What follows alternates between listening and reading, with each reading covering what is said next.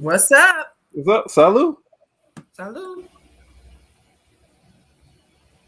Mm. Ooh. Mm. It gets you right here. Yeah. Ooh. I What's took a up, shot Ron? for Black History Month. I took a shot of my Uganda Pearl of Africa shot glass. Oh, you fancy with it. I just got a plain old Yeah, shot glass. yeah. You see the Over a chicken. lion and the elephants in Oh, Congo. that's God dope. damn That is the it! Happy Black History Month, or Happy according Black to History Gay, Month. Black Future Month, whatever that means. Oh yeah, What- yeah. Kanye. whatever.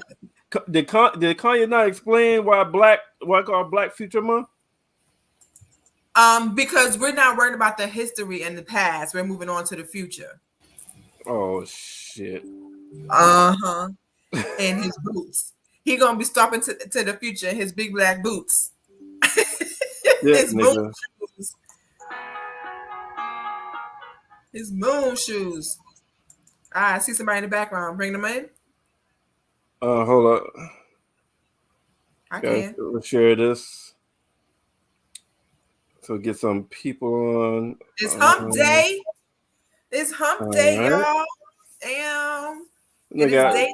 It is happy 22 Tuesday. Damn. For all my Jay-Z fans, 22 twos. Oh yeah, you did put that in the group earlier. I like I the did. 22 twos. You got to be a real Jigga fan to know about 22 twos. That's a that's on the freestyle. original.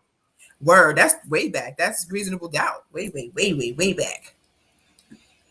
Mm-hmm. Who we got in the chat? Trey. What's up, Trey? Oh, you're about this discussion. Is that true, Trey? All right, because we need salmon on this too. You can't be here by yourself. Jamal, what's up, Jamal? B Dollar, what's going on? What Trey said, Black History Month, and more importantly to me, my birthday month. I'm trying to be like Merv this year. I'm celebrating the whole month until October. Listen, it is also my husband's birthday month, my best friend's birthday month, another close friend of mine's birthday month, my sister-in-law birthday month. February is expensive for me. So pray for my wallet, y'all. Please pray for my wallet. And Valentine's Day. Valentine's Day. And then next month is my anniversary. Yeah. I know you ain't mentioned that. It's my anniversary. Oh, already? Next month. Already. It's been a year. I know, right? Time go by fast. And we're still together. All right. You bring Mark? Let's bring on the non-drinking motherfucker, since he want to wait till after we take our shots. Told me he got to work in the morning and shit, so that's why he wasn't on here. You ain't got no job, Tommy. Right. So now you can bring his H2O ass on here. Look at this guy. What's that? That's Ciroc. Ciroc. Yeah. I mean, seriously. Ever since Sean been drinking Ciroc, he's been having me on Ciroc. Like, so, and I can't find the peach. The Crown Peach. They got everything else but the peach. I want the peach, yo. Seriously, we be running out the peach. Listen, those Ciroc. See, I keep saying Ciroc because I think of Keith Sweat when he was drunk as hell and kept saying Ciroc. Ciroc flavors are like Jordans. Like when they out, they sell out, and you got to go through mad shit to get the new flavor. It's crazy. Like, I don't understand. That's why I tried to. Yeah, water. I mean, but the thing is, I don't even drink. I don't really drink all of them. It's summer citrus and coconut. Now, all the other bottles for whoever come over. You know what I'm saying? I just like, man, all the other bottles whoever come over. So I heard y'all talking, all these birthdays and all of that. Valentine's Day coming up, so my niece is back in action. So I gotta pick out, certain ladies, who I'm gonna give, for a gift box of desserts, from my niece. So I'm trying to get the list together now. I'll probably have it together, in a couple of days, and then we're gonna see who's gonna get a box. You know what I'm saying? And that's it. I'm trying to tell, but see, that's how you do though. You know, I keep my niece Look at and this guy. Look I at him. do business for my niece, but then you know what I'm saying, I make some ladies happy on the other end. Husband. It's a win-win. It's a win-win. Yeah, you gotta do that. For Valentine's Day for me is bittersweet because it's actually the day that my father died. So February 14th at 3:27, I want to say p.m. Was when my father went on to glory, as they say in the South. So Valentine's Day is bittersweet for me, and it was one of the days that my father went all out for my mom. So every Valentine's Day, she's my Valentine's, and now my husband is, and then my Jasmine. Then I have female friends that we also exchange gifts with. So if y'all see me on the corner selling nickel bags, don't judge me. I got a lot of things to do in February. Yeah. I wish I had some stimulus money left over. Yeah. But I don't. But you right though. You know what I'm saying? You right. I'm like, man, my niece is expensive. I'm just like, yo, how much is in one of them boxes? She like, Uncle Mark, it's just like 50 a box. I'm like, 50 a box. I'm like, yo. Yeah. But I just like, you know, I like if you like to eat though, you know what I'm saying? I'm like, it works though. All them type of designer. Crab legs is kind of pricey too, but if you don't know what to do, crab legs will always work. Or edible arrangements. Fellas, if you don't know what to do or what to get, edible arrangements always works. That's for them. That's for them non-creative. That's for them non-creative motherfuckers, yo. Yeah, I'm creative. I mean, but do you guys celebrate? Because I was never really big on Valentine's Day. I was never big on it. My father was my Valentine every year. Mark, why you don't celebrate that? No, shit, I don't. You know what I'm saying? But but listen, since my niece is a pastry chef and this is what she do on Valentine's Day, I support the business. You know what I'm saying? You know. And then I pick out a few ladies to give, you know what I mean, shit to, and that's it. You know what I'm saying? It's a win for everybody. A couple of streetwalkers. No. You know what I'm saying? You're not gonna gift them and send them to the streets? Well, I mean, man, you know, maybe a drop off or a hit and split, you know, whatever. You know what I mean? Or, you know, happy Valentine's Day and then keep it moving. You know what I'm saying? Seriously. But yeah, I was never really big on it. Even guys that I dated, when I said that, they were like, "Are you really human?" I'm like, "Yeah, I'm really human." But Valentine's Day was never super big to me. But I get why it is, because it's a day, you know, you get to, you know, put an extra oomph on the love and all the affection and stuff. I get it, but ever since my dad died, it definitely meant a different thing to me. But I don't know. It's crazy because after Valentine's Day is my husband's birthday and then our anniversary. So it's like, do we do something big for every single thing, or do we just focus on one thing? So I don't know what we're doing.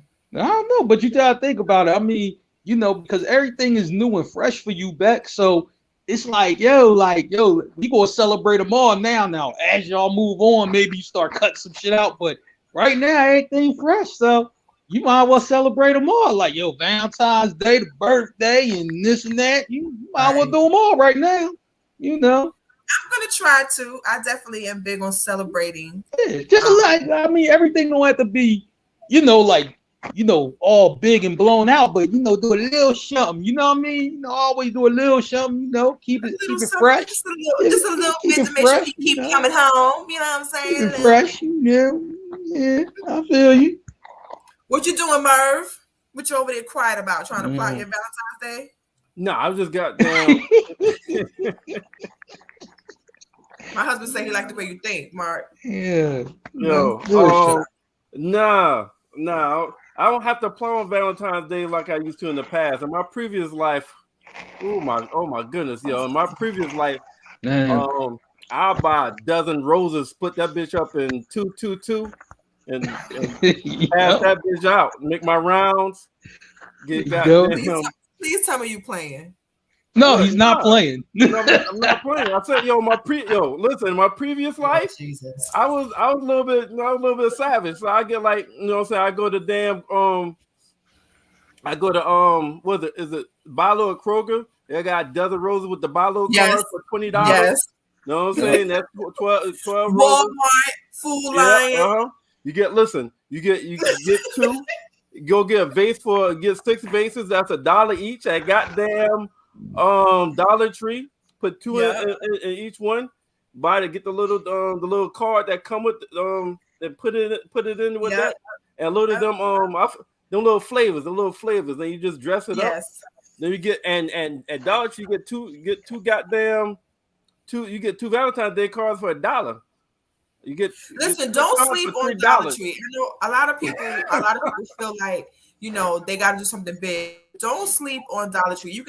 Dollar Tree has some really nice vases if you want to get flowers. You can get a bouquet of flowers, $10, a nice creative vase or vase, however you say it, from Dollar Tree.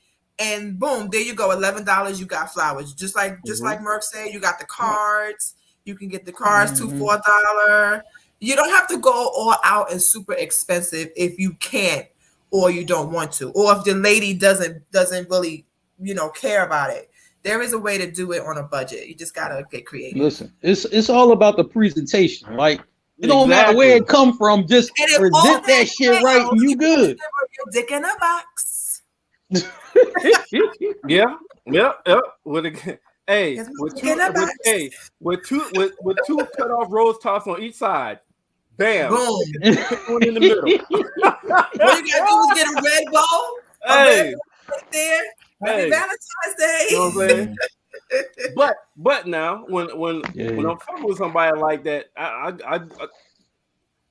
go a little all out. Like in the college one time, I had no money, but I was dealing with somebody real hard. I put a damn 12 roses, 6 vases. Yeah, hey Trey, that's what I just said, nigga. That's it. Balling on a budget. Hey, so like now at college one time, I had cooked. I set up a table in my I had a big ass room in the house I was renting. I set up the table in my room. I put a red cover over it. I had rose petals leading from the door to the damn to the hallway and to the bedroom. And then I gave her Love Jones because that's the first movie we watched that we created some sentimental memories from.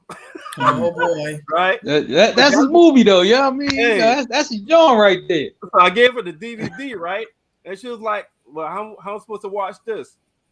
And then I hit her foot with my foot, and she looked under the table. I had a brand new DVD player for it. Now, this back in like 2002 when DVD was still. This before on demand and all that other fly shit. Now, fuck with somebody like that. I know how I can get creative. I don't need that. But if I ain't fucking nobody like that, y'all getting a dozen roses from Kroger, splitting that bitch up. I'm making everybody feel happy. God damn it. I'm Valentine's Santa Claus. Don't forget, Valentine's Day is only for the ladies. Like I remember, and I told the story. What you mean by that? What I mean so is, niggas can't get you. So you the type you don't buy your niggas nothing, huh? No, I do. It's not just for.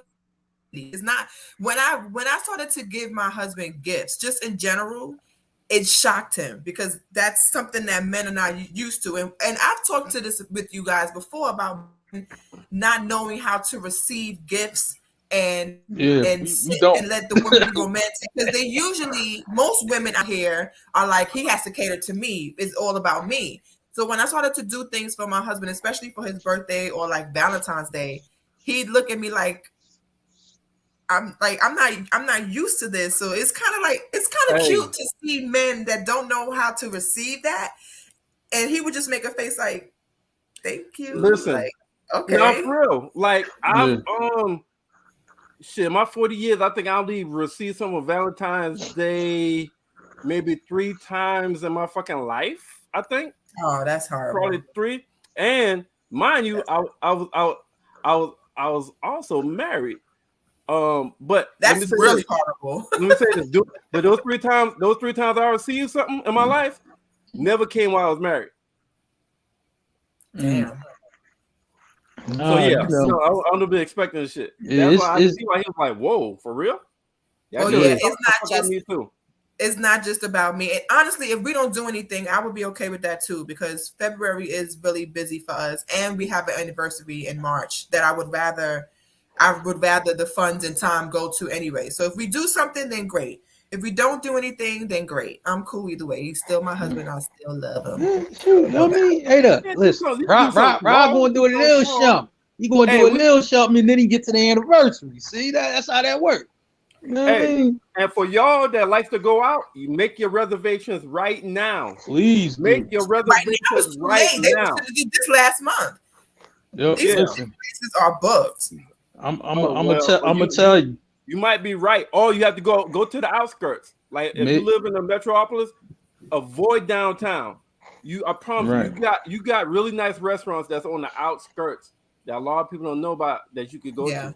Trust me. And I'm gonna say like this. Or if you know any chefs that meal prep. Sorry, Mark, real quick. If you know any chefs that meal prep, they can prepare a meal for you, and then you can put it in the oven. If you can't afford for a chef to come to the house and cook for you, or depending, there's so many ways to do it if you want to do something, and it don't have to be expensive. I'm gonna say like this though, really, like Murph said, make your reservations. If you haven't made them, I mean, you'd be lucky to get a seat, but you got to do that in advance. I know it's a place up here called Eddie V's that I eat at, a couple times, seafood, right? But the thing is though, it's just like when you make the reservation, they'll give you, that little private room, with a couple other people, and you got that ambiance going on, or you'll sit down with all the rest of the folks, when you're in that private room, you get to overlook shit like you in a skybox. So I'm just saying, if you go into Eddie V's, make them reservations so you can get that little skybox feel, and you chilling with your lady, and you have that the crowd is down there, but you kind of elevated a little bit, looking down on everybody else. So that's all I'm saying. And the last advice: if you can't get a reservation, or you ain't trying to spend that money, just go buy some steaks, marinate that shit the night before. This weekend right here, think of your significant other. All of their favorite R&B songs, put that shit together on the list, on whatever streaming list we got, whether it's Apple Music, Spotify, Tidal. Put that shit together. Get some of her or him favorite ingredients. Yeah. And I think Valentine fall on a Monday this year. It does. So, is it? Yeah. Yeah. So you know what I'm saying? Have that shit set up for when y'all get home from work. Boom, boom, boom. One of y'all leave early. You know what I'm saying? Well, the guys leave early. You know what I'm saying? Leave early. And women, make sure y'all have something. If you go home and nigga already got a whole thing set out for you and shit. You know what I mean? So yeah. We're gonna do that. We're gonna do that in the page on the Guys Podcast page. We're gonna do create your Valentine's playlist and let everybody put the songs that they want on their love below playlist. We're gonna start that in the chat in the page and I'm gonna say like this: playlist coming up. Please listen to the song, right? Before you make your suggestion playlist. I ain't talking to y'all, I'm talking to the crowd. Because I'm like, they'll put a song in there, it sound good, nice slow groove, right? But it got the totally the wrong message. So like, just because you like something, listen to them lyrics, man. Make sure them shits is on point. Yeah, don't pumps and a bump. That's not the song to do. Okay, don't use that song. Yeah. All right. So speaking of, Valentine's is about love and giving or showing praise to your significant other, making somebody feel good, and then that night, a lot of times, some people that end up being their first time. Fellas, if y'all haven't do yet, then you need to make this shit extra. Then you might be get some Valentine pussy that night. You know what I'm saying? But if you get some Valentine pussy that night, you don't want to end up like Rihanna, because Rihanna is pregnant, y'all. Dude, hey man, Rihanna's fucking pregnant, y'all. Hey, I thought that would already happen. I thought that would already happen. You know what I'm saying? But congrats. Rihanna's pregnant expecting baby with ASAP Rocky. Yep. Yo, listen. Drake, y'all forget about an album. How you fuck that up, Drake? Hey, Drake saw you too. Drake unfollowed Rihanna several months ago, and then after Drake found out that ASAP Rocky is the baby daddy, Drake unfollowed goddamn ASAP Rocky. And that's light skin shit right there. See, this is what I'm talking about. This light skin nation is losing again. Losing again. Soon as we get a bit of daylight, like, oh man, this look all right for us, right? And here come this motherfucker, just doing his bullshit. I'm just like, oh man, once again, light skin nation, we losing again. We got to find a way to win one. We can't put the win streak together for some reason. I don't know why, but I'm gonna try to hold it down for us. That's all I can say. I'm gonna try to hold it down for us. Yeah, it's terrible. Crazy. Terrible. But I'm excited for her. Like, we've been calling her pregnant since last year. We've been saying, oh, she's pregnant. And those of us who have had babies, we see a belly. We're like, yeah, it's probably a baby in there. And she kept denying it. But now it's out. Now she big up. Nope. Yeah. But I mean, here's the thing. She been rocking with ASAP Rock for a minute. So I'm just like, yo, I'm like, that's cool, man. Oh, and listen, media, stop trying to diss ASAP Rocky. You know what I'm saying? It's like, yeah, Rihanna and like some bull. Like, don't do that to the man. You know what I mean? Don't be hating like that. Wait, they're not dissing him, Mark. They're not dissing him. That's hating though. Yeah, some bull. Like, dang. Well, but real quick, it's not his fault. It's not his fault. You know what I'm saying? Like, this nigga, look at the motherfuckers that Rihanna's have dealt with in the past. She dealt with some. It's not like, again, it's not his fault. But she dealt with some top guys, some very high, popular, famous motherfuckers. That's all it is. That's all. So it's the fact that, you know what I'm saying, she done fuck with Drake. She done rumored Jay-Z a long time ago. She done fuck with Chris Brown. She done fuck with some high. She had a whole billionaire. Yeah, right. Yeah, but I'm just saying, it's just the way they present him. though. I'm just, come on, man. That man got a name. Like, you don't gotta be like that. Like, some ball. Like, damn, that's it. What's Rihanna's last name? Oh, what's who? Ain't she? Rihanna's last name? Ain't it Fenty or Fenty. Beauty Products? Fenty, right? Yeah. It's actually her name is Robin. I want to say Robin Rihanna or something. I forgot if Rihanna's in the middle, but it's really Robin Fenty is her name. Yeah, that's her name. Fenty. So it might be Mr. Fenty. Goodness, you know what I mean? That's even worse. You know what I'm saying? He might take her last name. Shit. I mean, he's with one of the most desirable women, in the world. I get all of that. World. All I'm saying is, the man got a name. You don't have to call him some bull. That's all I'm saying. The man got a name. That's all I'm saying. Same thing happened to Bobby Brown, Mark. Yeah. They was calling Bobby Brown Mr. Houston. Yes. They really were though. They calling Bobby Brown Mr. Houston. It be like that sometimes. Sometimes it be her that be having a bag or the popularity. Listen, if I'm ASAP Rocky and I got Rihanna pregnant, I wouldn't give a fuck what anybody say about me. I wouldn't either. I wouldn't either. You hear me? but I mean, it's cool that they've been rocking out for a minute. So I mean, it's not like one of these, like, yo, man, she met him and then a couple months later, this is the situation. Like, I mean, they got to know each other and all that. So I mean, that's what's up right there. Mm-hmm. All right. Yeah, it worked out. It works out for him. Yeah, absolutely. I like them together. All right, so let's go to the next celebrity. God damn, we really got to talk about self-love. What's happening? Oh, damn. Yikes. This is Carly Red in both pictures, and I asked, was this a real picture? And I was told yes. Is this really a real picture? That's a real picture. It's a bad angle, but it's a real picture. But that's really Carly Red in both That pictures? is really Carly Red. Yeah, So, she did even more to her face lately. Yeah, it's horrible. So is she got makeup on in one and I don't know. Maybe it's makeup in both. It just looked like she just looked. I mean, did she have like a facial? Did she have facelift or something like that? She definitely did something to her lips. Her nose in that second picture, it looks a lot more pointy, so maybe her nose as well.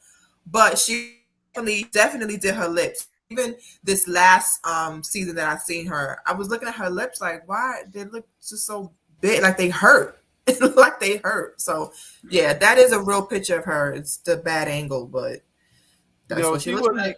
Carly Red was pretty the way she was, yo. Like I She just don't really understand. was. She looks beautiful in that picture on the left. She looks good in that picture. Even though she's had surgery there too, she doesn't look as bad. But you know what though? I'm gonna say like this. I think some, most people, they be just fine, right? But you know what I'm saying, they pick it themselves, or they might hear something like, oh yeah, this ain't right with her or whatever, and they'll just let that get in their head and they start picking at it. But then you got a couple dollars, you know what I'm saying? Oh, I'm gonna do something about it, right? Like I'm just like, yo, it's like some people, let people get in their head and then they start going overboard, like I mean, we seen it with Lil' Kim back in the day. You know what I'm saying? And when you do one thing, you got to do another because now it's off. So if you get bigger lips, then now the rest of your face looks funny. So you got to fix the nose, and then you got to take this away. And I think it's like a car. You get one part of the car fixed, and another part of the car is up. You got to fix that part too. But I just think it's just like, listen, I'm with like, look, if you want to, if this is what you feel you need to do, okay, go ahead, do it. But I'm just like, sometimes some people gotta stop and think before they do it. Like, you know what? I'm good how I am. Like, I ain't even tripping on what the media say or the blogs say or Shade Room or whoever the fuck. Like, I'm not even tripping on that. You know what I'm saying? And sometimes people just gotta just take it, just chill for a minute, and then just really, before you do anything, just think about it before you do it. That's all. Yeah, because once you stop, once they say once you pop, you can't stop. And that's a lot of celebrities. Like even with Lil' Kim, like she was beautiful. When she was on the escalator, she was that chick. Yeah. And then she just did a little hair, and it just got to be so much where she's even sometimes unrecognizable. Same thing with another one from Love and Hip Hop. She almost died when she went overseas to Germany or somewhere. She went to get some stuff done to her body. She actually almost died. And still has gone back several times to do more surgery. So it's like sometimes you are a glutton for punishment, and you can't stop at all. It seemed like it's an addiction. I was about to That's say, what it seemed like. Like if you keep going back to touch this, touch that, touch this, touch that, it seemed like an addiction. Yep, that's what it seemed like. Hazel E, that's her name, Hazel E. Mm-hmm. Okay. She actually went to I want to say it was Germany. She went overseas and was getting some stuff done to her body, and in the middle of the surgery, her body crashed on her, and she literally almost died. And then a few months later, was back on the gram talking about, oh, I can't wait to get my next surgery, and everybody was like, girl, you almost died, and you still going back? Like at this point, if you die, bye, because we're not going to care anymore. Same thing with K. Michelle. K. Michelle, with all her surgeries on her behind, she almost died too. Yeah. It's really bad. True. It's really bad. So, all right, let's go to the next thing. Next celebrity to talk about. So, Cardi B wins a lawsuit against Tasha K. Oh yeah. Yes. Good for her. Good for her. $4 million. Yep. Good for her. From a superstar blogger. Not even superstar. Huh? Not even superstar blogger. I mean, because she's well known and she made money, but it's like, so she won $4 million for the defamation. Yeah. Well, basically, lawsuit, right? Like out of all, like whatever she made, like out of all the views and all of that, because I'm like, her, like when she was saying her piece or whatever, she was getting paid a lot of money off that. All that money got to go back. You know what I'm saying? And she's still talking. Oh yeah, I mean, but here's the thing: some people, but see, you know what it is in this day and age, though, right? It's like when people lose, right? It's just like they still be talking shit. Like I don't know, we grew up, it didn't happen like that. You got your ass whooped, you just got your ass whooped, and that was it. But you know what I'm saying? Nowadays, people, this like I got to keep talking and keep trying to prove my point. You lost in court. You lost $4 million. I would shut the fuck up. Even if you got the money to pay it, I mean, which she probably do. You know what I'm saying? Between all them businesses, between her and her husband got, you know what I'm saying? Because it's not like they're gonna be like, yo, man, you gotta pay $4 million all at once. It don't really work that way. You know what I'm saying? You know, with the court stuff, they make you kind of pay like in certain installments and blah blah blah blah blah, which you obviously can do. It's just like when one of these rappers buy a Bugatti or something like that. It's not like they pay, you know, $8 million for the car right then. It's just like, yo, they put them on a plan. You know what I'm saying? Yo, you pay this much a month or whatever, and then that's it. So, but still, it's still an L though, because it's still an L. You should just be like, yo, I'm gonna just fall back. You know what I'm saying? You know, but some of these bloggers, they want to be celebrities so bad, and they want to be, you know, push their name out there so bad, they'll just say and do anything. And I think she's one of those type people. And the crazy thing is, she was asked, you know, just take the stuff down. I would just took the shit down and kept it moving. She said it. She said she didn't take it down because she was making money. She was getting paid a lot of money, but she wasn't getting paid $4 million worth. I can tell you that right now. She was not, definitely not. And a lot of people, a lot of people that she was doing sponsors with have pulled from her. Like, nah, we're good. Now, see, that hurts. I think that's the part that hurts. You get them in their pocket. She ran her mouth, and she actually went on stand saying that she knew it was not true. She continued to do it because she tried to go under freedom of speech, and she tried to say that she's able to give her opinion, and talking bad about somebody on the line is not illegal. Well, now it is, and it's costing you $4 million. It's not even so much talking bad, but it's like it's what she was saying wasn't true. Like, it's like, yo, like if she wanted to call somebody like, yo, you're a bitch, you a punk, blah blah blah blah blah, she could say that, but you can't say shit that shit ain't true. And I'm gonna say it anyway. You can't do that. Overboard. She went overboard. It's one thing to just talk shit for views, but because we you know, we're on YouTube also. We can just come in here and just start saying all kinds of stuff. But let the wrong person watch this video and we say something about a celebrity, and we continue for years, and start getting money and start getting paid and all of this stuff from it. That's not gonna fly. I mean, it's like, and that's why I'm saying, like, when you giving your opinion, you know, especially, you know, like you got a show, you got a podcast, you got a blog or whatever. It's like you could talk all the shit you want about them, but it can't just be not true though. You know, like, oh yeah, like you it's not going to get it over. You know what I'm saying? Like, just saying, oh yeah, Cardi B has herpes allegedly. Like, that's not going to work. She really went in. So just saying whatever you want to say and then throwing allegedly at the end of it, like an exclamation point, is not going to work. She really dug into the girl to the point where she had to actually go get tested for herpes. Right. She claimed she was on drugs while she had culture. It was just so much for years. And it wasn't about the money, because Cardi B obviously didn't need the money. But it was just the point to say, listen, stop. Your name and your rep. That's just priceless. But it's like, you know, when we do Monday's show, right? And I've, you know, and even on Wednesday's show, you know what I'm saying? I talked about Ben Simmons or whatever, right? I can call him a bitch, I can call him a bum, but I can't say, yo, his you know, if he's going through mental health, oh, that ain't real. If it's real to him, then it's real, and I have to respect what he's put out there. You know what I'm saying? You know, so I would never be like, yo, well, he faking that shit. And nah, I'm not gonna say that, because I don't know what that man is actually going through. Yeah. He could really be going through something. I just might not agree how he's handling it, and that's just my opinion. You know what I'm saying? That's all. There's a line to everything. You know, there's a line to everything. Absolutely. All right. Absolutely. So the next thing, Kanye says he retrieved unreleased Kim Kardashian and Ray J sex tape. So apparently, this story. Jeez, go ahead, Murph. Yeah, so apparently it was a second one that was on a laptop. That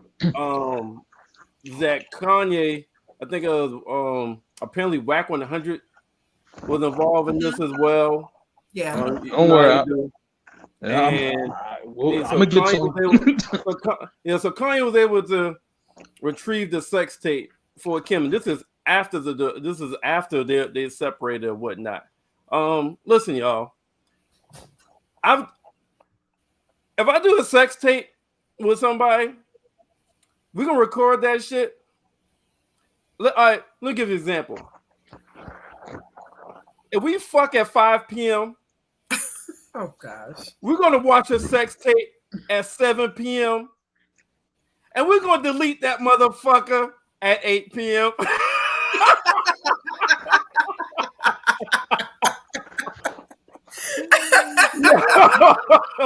Get one good watch out of it and then it's gone. Yo, what the fuck, yo? I don't understand that shit. Some people keep them. Some people keep them. But in this particular case, you know, he did it. He mentioned, because I actually followed Hollywood Unlocked Jason Lee. I watched his shows all the time, and he mentioned that the point of Ye mentioning that is to mention that he was protecting her at that point, because the first tape had already came out, and all the backlash that came from that.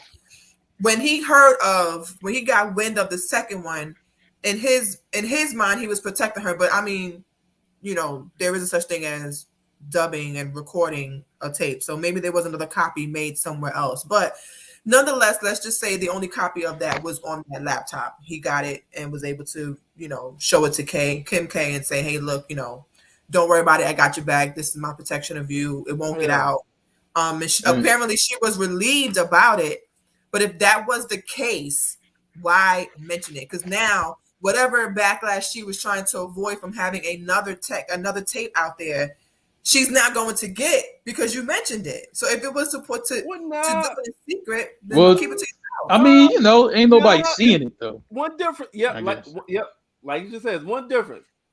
Hearing about it and actually letting the world see that shit. Yeah, totally different things. Yeah. But once again, Whack 100, you know, puts himself in the middle of everything. You know what I'm saying? I'm like this guy, you know, if the phrase all promotion is good promotion could be a person, it's Whack 100. You know, like this guy's just in the middle of everything. He's even in the middle of this, and then somebody asked me, like, how do you get in the middle of this? I'm just like, well, you know, like he managed Ray J, so I can see how that can happen. You know what I'm saying? You know, but I'm just like, man, now you talk about, you know, defamation and all of that. Whack 100 better be careful, you know, because he just be sprouting off all type of shit. So Whack, be careful, you know what I'm saying? I don't think anybody. I'm like, man, be careful on that. You know what I'm saying? You know, somebody will haul your ass in the court. All right. So maybe. So now let's get to some scenarios, right? Let's get to some scenarios. Get some juicy stuff. Now, the first scenario is still about somebody famous, but I just want to know what y'all thoughts are. It's probably mainly a Becca. I wish we had another female on here. Oh, my bad, y'all. Wish we had another lady. Stop doing that, man. They hate me called females. So listen, I really thought Drew was gay. And and this has nothing to do with, I don't care if you're gay, but I just thought he was gay based off the scenes in Power. But this is his significant other in real life.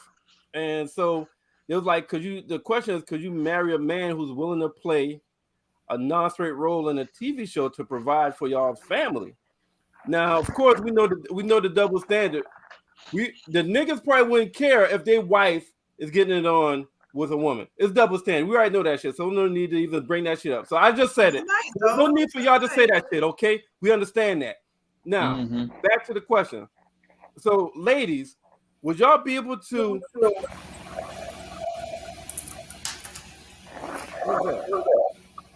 What's that? I don't know. Maybe it's the zombies. Could be. The zombie apocalypse is coming. Okay. So, ladies, could y'all be married to... Could you let your husband play a gay actor with gay love scenes in a movie or a TV show? It's probably more significant in a TV show because it's over and over. A movie is one-time deal and it's done, but in a TV show, it's over and over. Ladies, would y'all be able to deal with that? Like, if you heterosexual and he's supposed to be, so I just wonder, can ladies will ladies be able to deal with that? Would that be okay with y'all? I would say I will give my answer first. For me, speaking for me, because I have a degree in theater, I kind of understand it from a different perspective. I do know that these are just roles. However,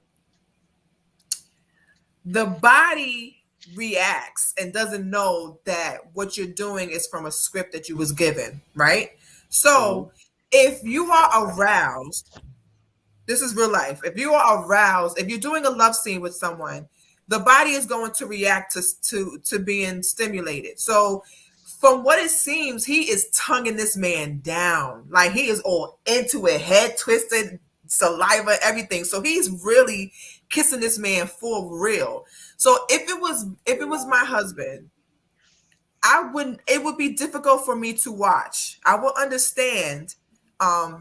But I'm not sure if I were able to just watch it and every week and just, be cool with it. I would probably want to just stay away from it.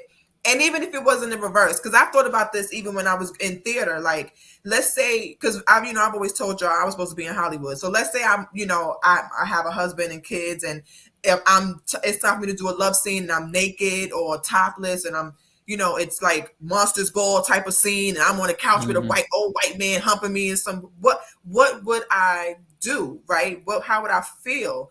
And there's been many times that you speak to actors and actresses that say that they do have to protect themselves in regards to it not becoming a real thing. Men cover themselves because in those love scenes, they just may actually get erect because the body doesn't know that it's a script. The body's just being stimulated and is reacting to the stimulus. So it doesn't really know that it's just a scene, right? So there are times where that could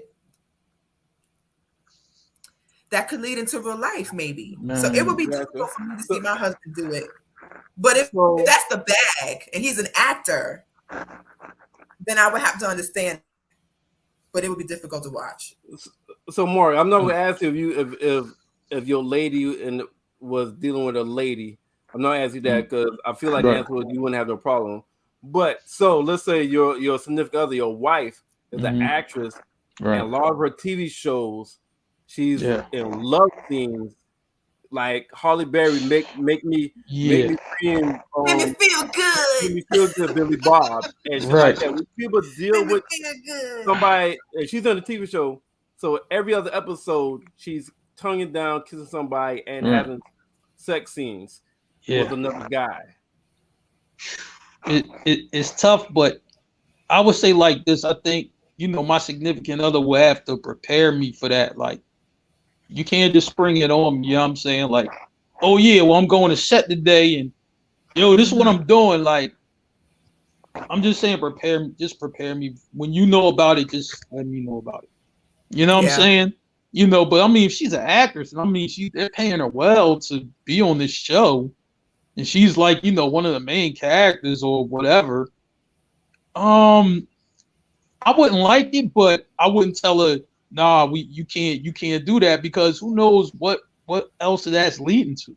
You know what I'm saying? I mean, especially if it go from now people jump from TV to movies and whatever. I'm just saying, just give me a heads up. Don't let me just get caught off guard. You know what I'm saying, or whatever. Right now, I'm gonna tell you, I couldn't be on the set when it's happening. I couldn't, because I mean, they gonna have to yell cut. Because I can see myself running on the set, like, whoa, wait a minute, no, babe, we acting, and I'm, what I'm saying. So I can't be on the set when it happens. Like, that's not gonna work for me. So I'm gonna just stay in my lane, like, what I'm saying. And whoever the bull is, he might be a cool bull, but I don't really want to talk to the bull. I don't want to know him or nothing. Just it's just, what I'm saying. Like, if I catch him in passing, you know what I mean? Oh. Hey man, how you doing?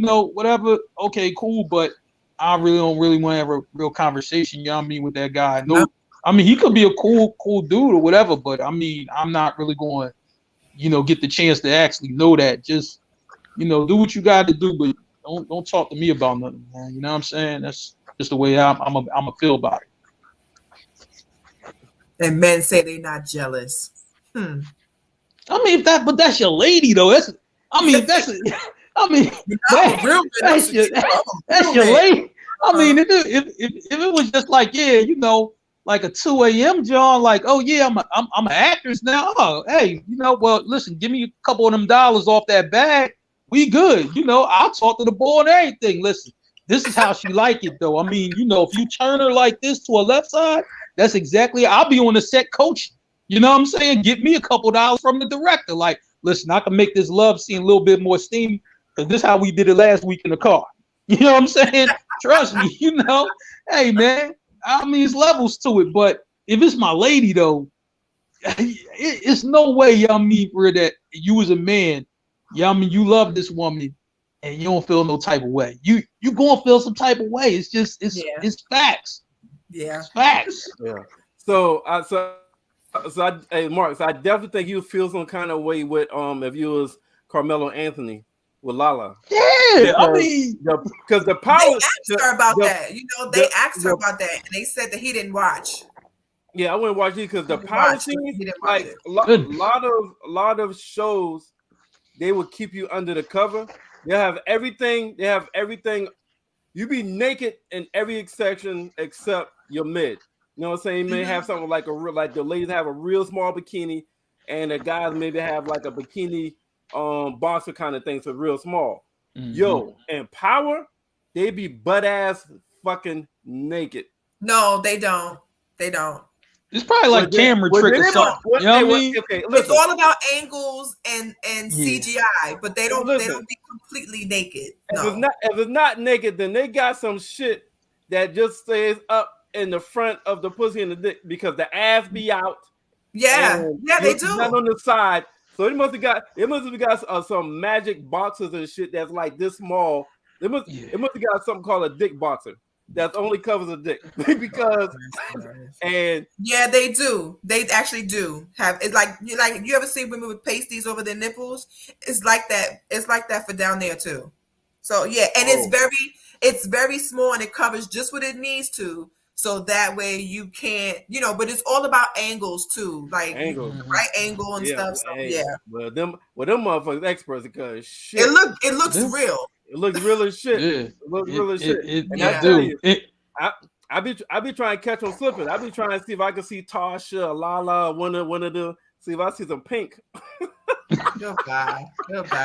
Yo, but you be tonguing that little college boy down. That's a lot. But you know, imagine being with him and I'm gonna say like this, right? You know what's crazy though? Like, you know, when you watch some of these TV shows like Power or whatever, or any other show that you might watch, and it's just like, all right, that's your lady, but she's on the TV, but she kind of makes the same noises that she does with you, like.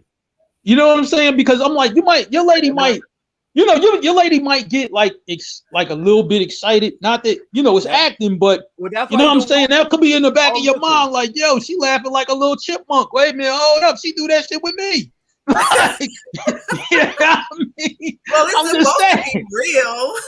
I mean, I'm just saying, like, I can see how a dude or female, you know, could feel some type of maybe not overboard, but they could feel a little some way about that. Like, really, you know what I mean? Because that's how you do with me. Like, you ain't have to go like there. Like, I can see that conversation happening with two people. You know what I mean? With the actor and the person that they with. Strippers. Like men dating strippers, like they find it hard to date strippers or exotic dancers or women who are in porn, because they can't separate it.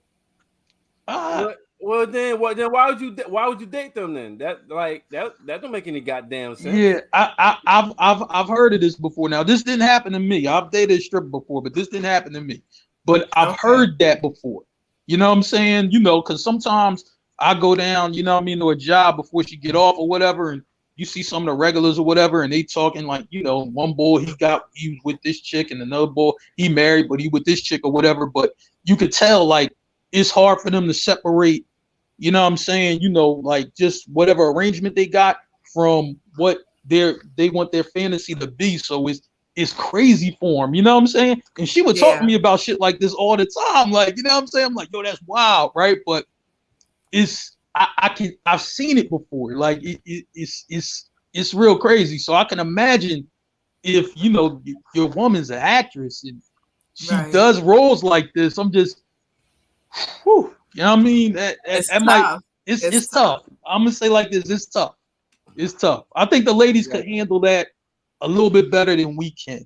You know what I'm saying? That's just my personal opinion. Yeah, I think so too. But I mean, if you guys watched the Janet Jackson documentary, her and Renee were together a really long time, and Renee was the one who was directing all her videos, all her sexy videos, like Again and the one where she's on the chair. He would direct her stage shows where she would bring a guy on stage and dance with him while he's on the chair. Her man Renee that she was with all that time did it, and they was asking, like, if you one of the, I guess, the confessionals, they asked him, like, how do you feel? One of the dudes that she was in the video with was like, are you single? And she's like, no, I'm not. And he says, well, how does your man feel about you doing all of the stuff? And she was like, my man's right there. He's the one telling you to kiss me and touch me and do all of that stuff. And so do you guys know the video Again, the dude that had the locks with the light eyes? I forgot his name. I would have to see it. I mean, it was that video where he went in her pants and pulled the chain out and had the chain on her stomach. That video, and he was, I guess he might have been interested in her and was asking, like, are you single? And she was like, no. And she was like, oh yeah, I do have a man, and my man is okay with you touching me this way in this video because he's the one directing us. He's right there. And she said he was shocked, like, after that, like, damn. I think I would be a little shocked too, especially if I didn't know. I'd probably be shocked too. Yeah. I definitely don't want to see that. Like, yeah, my man right there. I mean, you can talk to him about it. Like, whoa, shit. Hey, now let me respond to Rob, because Rob said, really, Merv. Yes, let me tell you, I always look for the oops. I always look for the oopsie daisies in every sex scene. And let me tell you something, because if you go back to Boomerang with Eddie Murphy, when he fucked Robert Givens for the first time, they actually showed, it was supposed to be undercover, but they showed her ass, and they were trying to act like it was supposed to be naked, but she had panties on, so you didn't see nothing. But they didn't realize they had oopsie daisy. But she had panties on, so you ain't miss shit. But yeah, Rob, I look for oopsie daisies.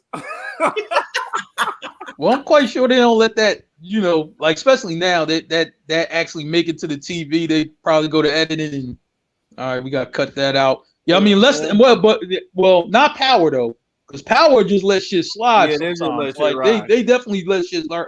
I know they have a lot of unseen footage in Power. Oh yeah. I already know. And let me tell you something. I don't even want to be in Power, but if they ever have, you could come watch us direct this shit, or be an extra in it, or extra. But just listen, just me watching all them nakedness, women, because y'all like to take shit too far. I'm talking about the women in Power. Goddamn it, watch all the I would love to see Carrie before she killed her goddamn self. Oh boy. All right, so moving on. Moving on. I second that, Merv. Moving on. I second that. Yo, I She's got actually something. a beautiful woman. I got something for y'all ass. Oh boy. I got something. No, because god damn. You know what? Look, you see this? You can't read this? No. You can't read it. That's okay though. But I can read the top headline. That's good enough. I can read it. No, we can read the whole thing. I can see it. I'm not reading the whole thing. I'm just reading the top headline. I'm gonna read it for y'all because I need the people that's listening to understand. They can't read that shit. So, all right. So the title says, "My dying wife asked me if I'd be okay if she had sex with her ex one last time." So here's a goddamn scenario, y'all. Here's a scenario. I can't have this tied to my main, but I really need to say something about it, and I have no one I can tell. My wife has a terminal disease. She is projected to live at most 9 months. I am, of course, destroyed. We've been together for a decade. 10 years for y'all. 10 years for y'all simple motherfuckers. A decade is 10 years, okay? So they've been together 10 years. Now, I don't remember life without her, and I don't know what I'm going to do when she's gone. I've been doing my best to make the last days of her life good and grant whatever wish I can. The doctor said that she is likely to need a wheelchair in 4 or 5 months. Then by month 8, she'll be bedridden for the last few weeks. That's if she doesn't decline faster. Recently, my wife sat me down and told me that one of the last things she wanted to do was have sex with a previous partner of hers. Of course, I was shocked, and when I asked why the fuck she wants that, so basically she thinks that her most physically compatible, satisfying lover was him. She gave a whole monologue about how sex sometimes is just physical and how emotionally fulfilling sex is with me, but it was bullshit to get to that point. So now I'm left with this: deny my dying wife a wish for her, for my own ego, or let her go fuck another man who she feels was better. Honestly, I'm so pissed off and betrayed that she asked me this. I feel like I'm put in a position where I have to say yes because she is dying. I know what I want to say, but I don't know if that's right. I'm so hurt that sex with an ex was apparently so good that she needs to do it once again before she dies. I just hate everything about this. Me too. Yo, what y'all doing, yo? Your That's- dying spouse on their deathbed. Their doctor said you got 8 months max. In 4 months, you're gonna be paralyzed to a wheelchair. So you only got 4 months of living normal life, sound like. And in those 4 months, your wife or husband, your spouse, ask you to let them fuck their ex one last time. What the fuck y'all saying with that, yo? Man, You want to die today because it's not going to happen. Yeah. You're just going to die unhappy. I don't know what to tell you. You're just going to die unhappy because it's not happening. Sorry. That's wild. It's not You happening. know, because I'm gonna say, like, in my mind, I'm gonna think, like, I think she done this shit already. I think she just wants to legitimize it now. But I think she's been with the ex already. That's how I'm gonna think. I think that already happened. She just wanted to happen again, but she wanted to be on, like, I don't know, clean terms where she don't got to sneak around and shit. You know what I mean? To do it that one last time. So I'm already feeling some type of way about that. You know what I'm saying? Right. I'm like, man, you know, like, I'm already feeling some type of way like that, and then, man, you know what I'm saying? There's no way I could say, oh yeah, it's okay, because I'm already think she already did it. So, you know what I'm saying? I'm just like, all right, you know what I mean? Shoot, let me make sure we got our affairs in order. You know what I'm saying? Life insurance policy, cool, like everything. I talked to Merv about the life insurance policy. Okay, cool. You know what I'm saying? Right. All right, you know, right. I'm like, man, you know, I mean, because that's how I'm looking at it. I just Blue Cross Blue Shield, make sure all my shit is right. Like, I just think it already happened if she asked me. That's just what I'm thinking. I'm thinking she already did it. Yeah, it's not happening. I'm sorry. You're gonna have to. Y'all denying y'all spouse their dying wish? I sure am. Yeah, that one. Ask for something else. Like, ask for something else. You know what if I mean? you want to make a wish foundation, your last wish is to meet somebody famous. Okay, great. Write somebody and say, hey, my husband's dying. He wants to meet you before he croaks. Okay, great. All that other shit, absolutely not. At this point, you dying, you probably can't even feel your dick no more. Hell no. Nope. That part might work though. You know what I'm saying? The rest of them might not, but that motherfucker might salute like a flag. Like, you know what I'm saying? You know? Yo, my husband said he gonna say do me and fade to black. Really, babe? Okay. He's not lying, y'all. My husband be like, peace out. He really will fade to black. He'll be out. That shit wild. That's right, Tina. You done and thinking about somebody else? Listen, nah, man, that ain't gonna happen. Listen, hey, I bet you know, most people marry somebody being in love with somebody else. Believe it or not, probably about 50, I can see that. Probably I can about see that. About 50% of people marry someone being in love with somebody else, and then marrying that person for a situational purpose. Like the other one that they really in love with is not available anymore. Listen, yeah, you're exactly. Your mind's already made up. You're dying, and at this point, you're on your deathbed, and you are thinking about not just the fact that you're going to die, but the fact that you might die without having sex with this one last person one last time. No, ain't no way. At this point, if you're plugged in, I'm unplugging your ass. Sorry. God damn. Rest in peace, my nigga. That's why I think it already happened. That's how I feel. I think it already happened. All right, so y'all can't give them at least the respect that they came and asked you that. Absolutely not. I'm like, man, listen. I think it already happened if they asked me that. Look at I this. think it already went down. Violent husband. I might kick the damn bed over. I think it's a video, for real, or something, a boy flipping the bed over. But it was under a different context. But you know what I'm saying?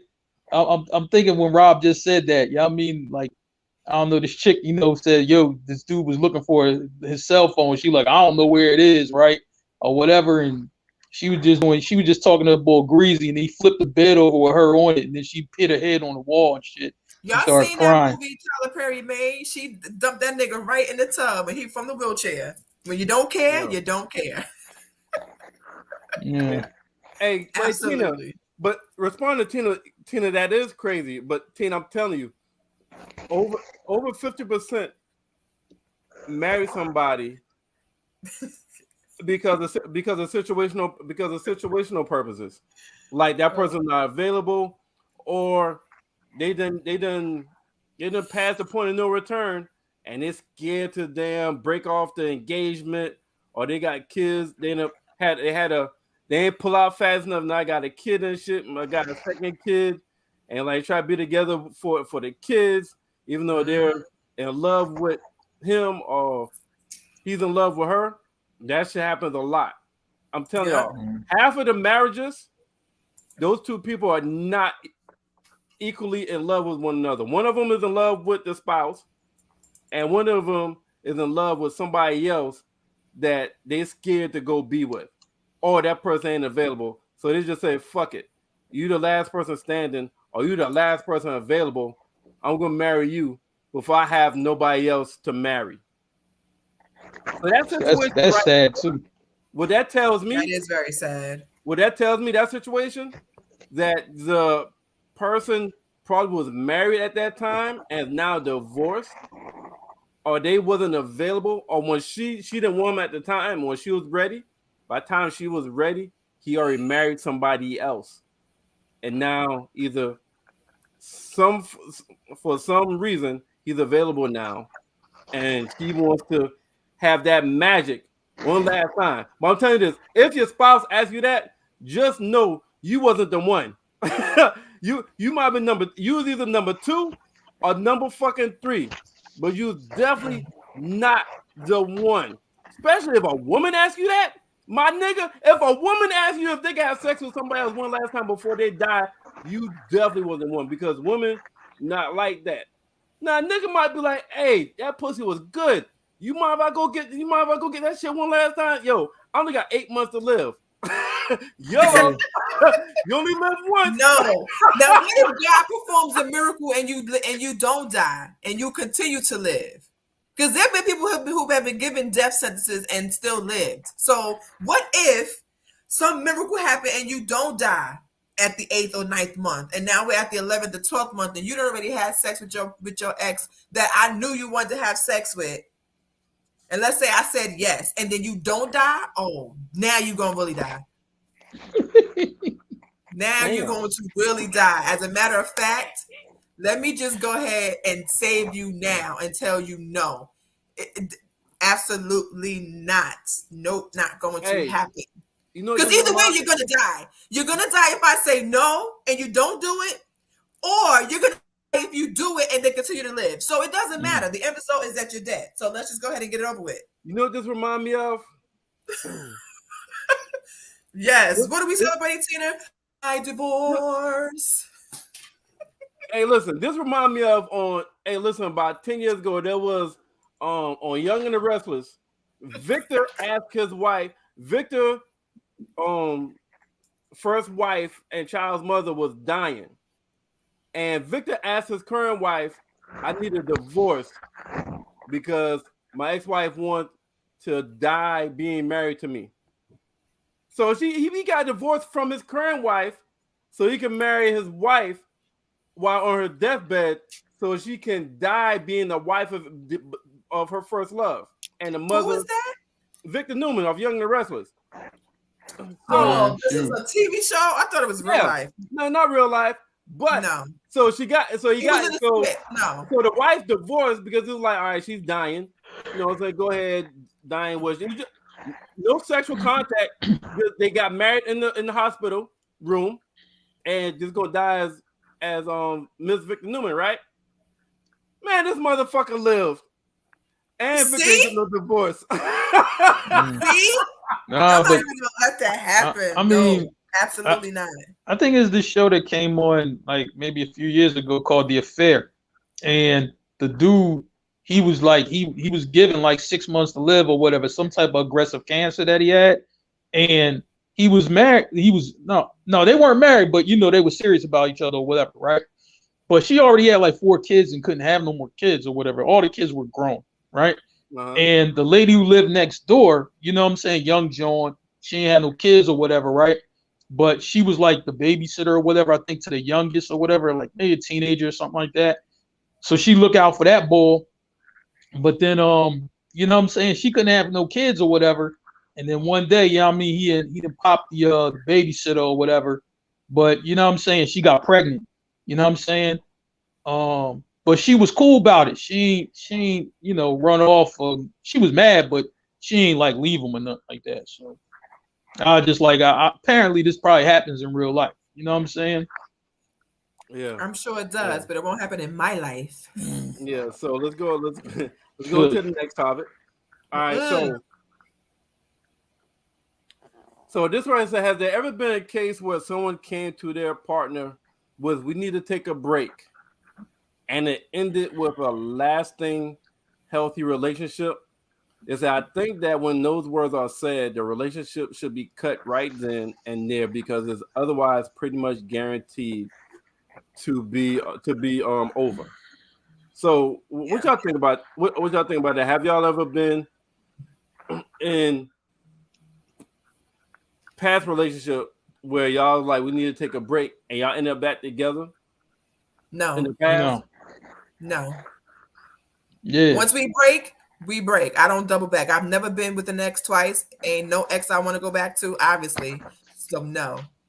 Nah, I think it's more like, you know, like it came up, but then it's just like when she wanted to come back, it's just I didn't want to give up the life that I was leading again. Like, you know what I'm saying? I like, well, I mean, we could work on it, but this shit too much fun right now, so I can't really help you out. You know what I'm saying? You know, whatever. I was like, yeah, a break's not good for me personally. It ain't good for me, you know, because shit happens. You know what I'm saying? So I just like, yeah. Ain't no break. So yeah, I was the last situation I was in. We was living together with our child, and they idea was for us to separate, to work on, to separate, then date again, and work on getting the family back together. Yeah, that should never happen. That should end up becoming permanent. So that shit is crazy for you. Never came back. Yeah, same here. I don't see how that happens. Yeah, for me, a break, that means so you know, we can condition ourselves to do certain things, right? Or to not do certain things.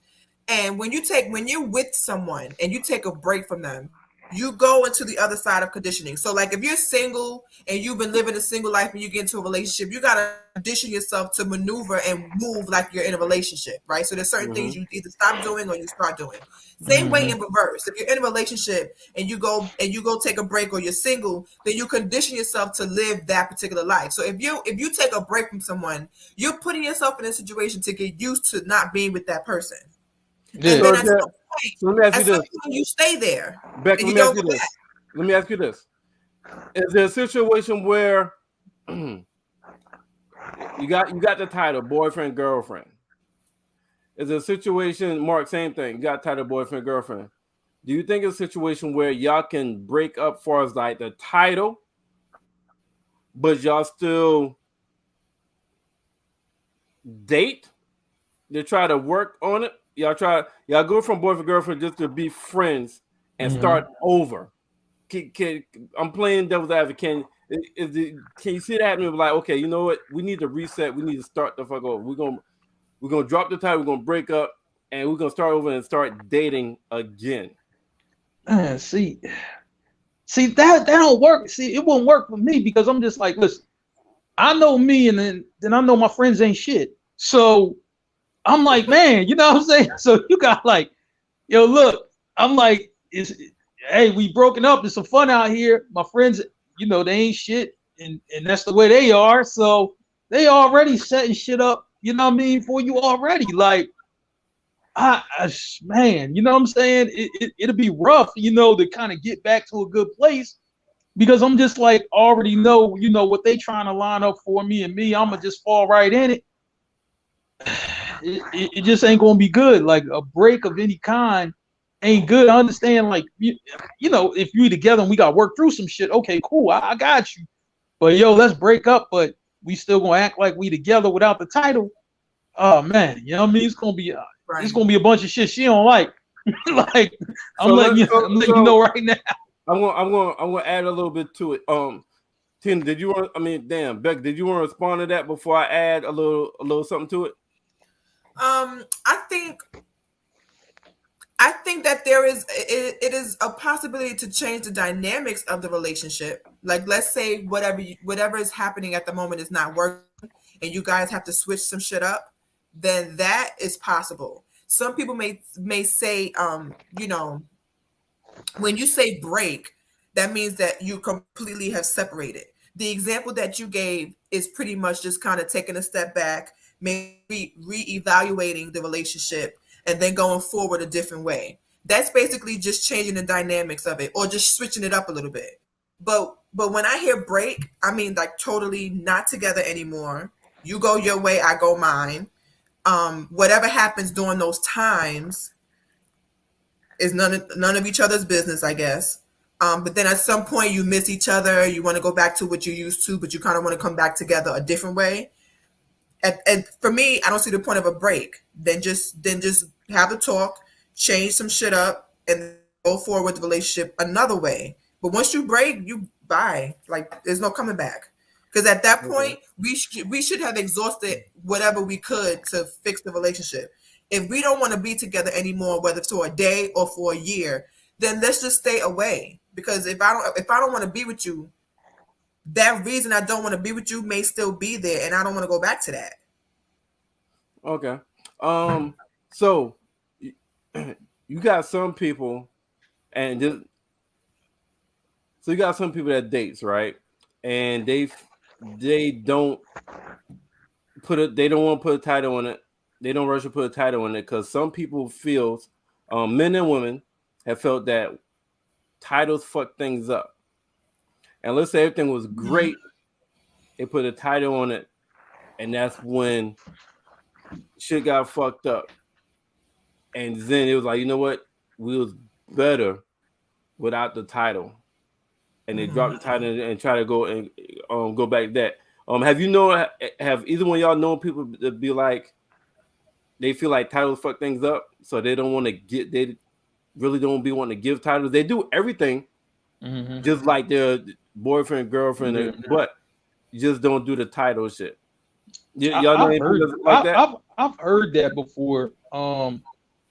I had I have a friend, who was like that. You know what I'm saying? Where I'm just like, yo, like, oh yeah, well, like he won't get married to or whatever, right? But I mean, like, motherfucker, like, y'all show up everywhere together, y'all, you know what I mean, do business together, y'all do all type of shit. Y'all got kids together, just like, I mean, I get it, but then I don't get it because I'm just like, y'all do everything much like some two people who are married do. Like, you know what I'm saying?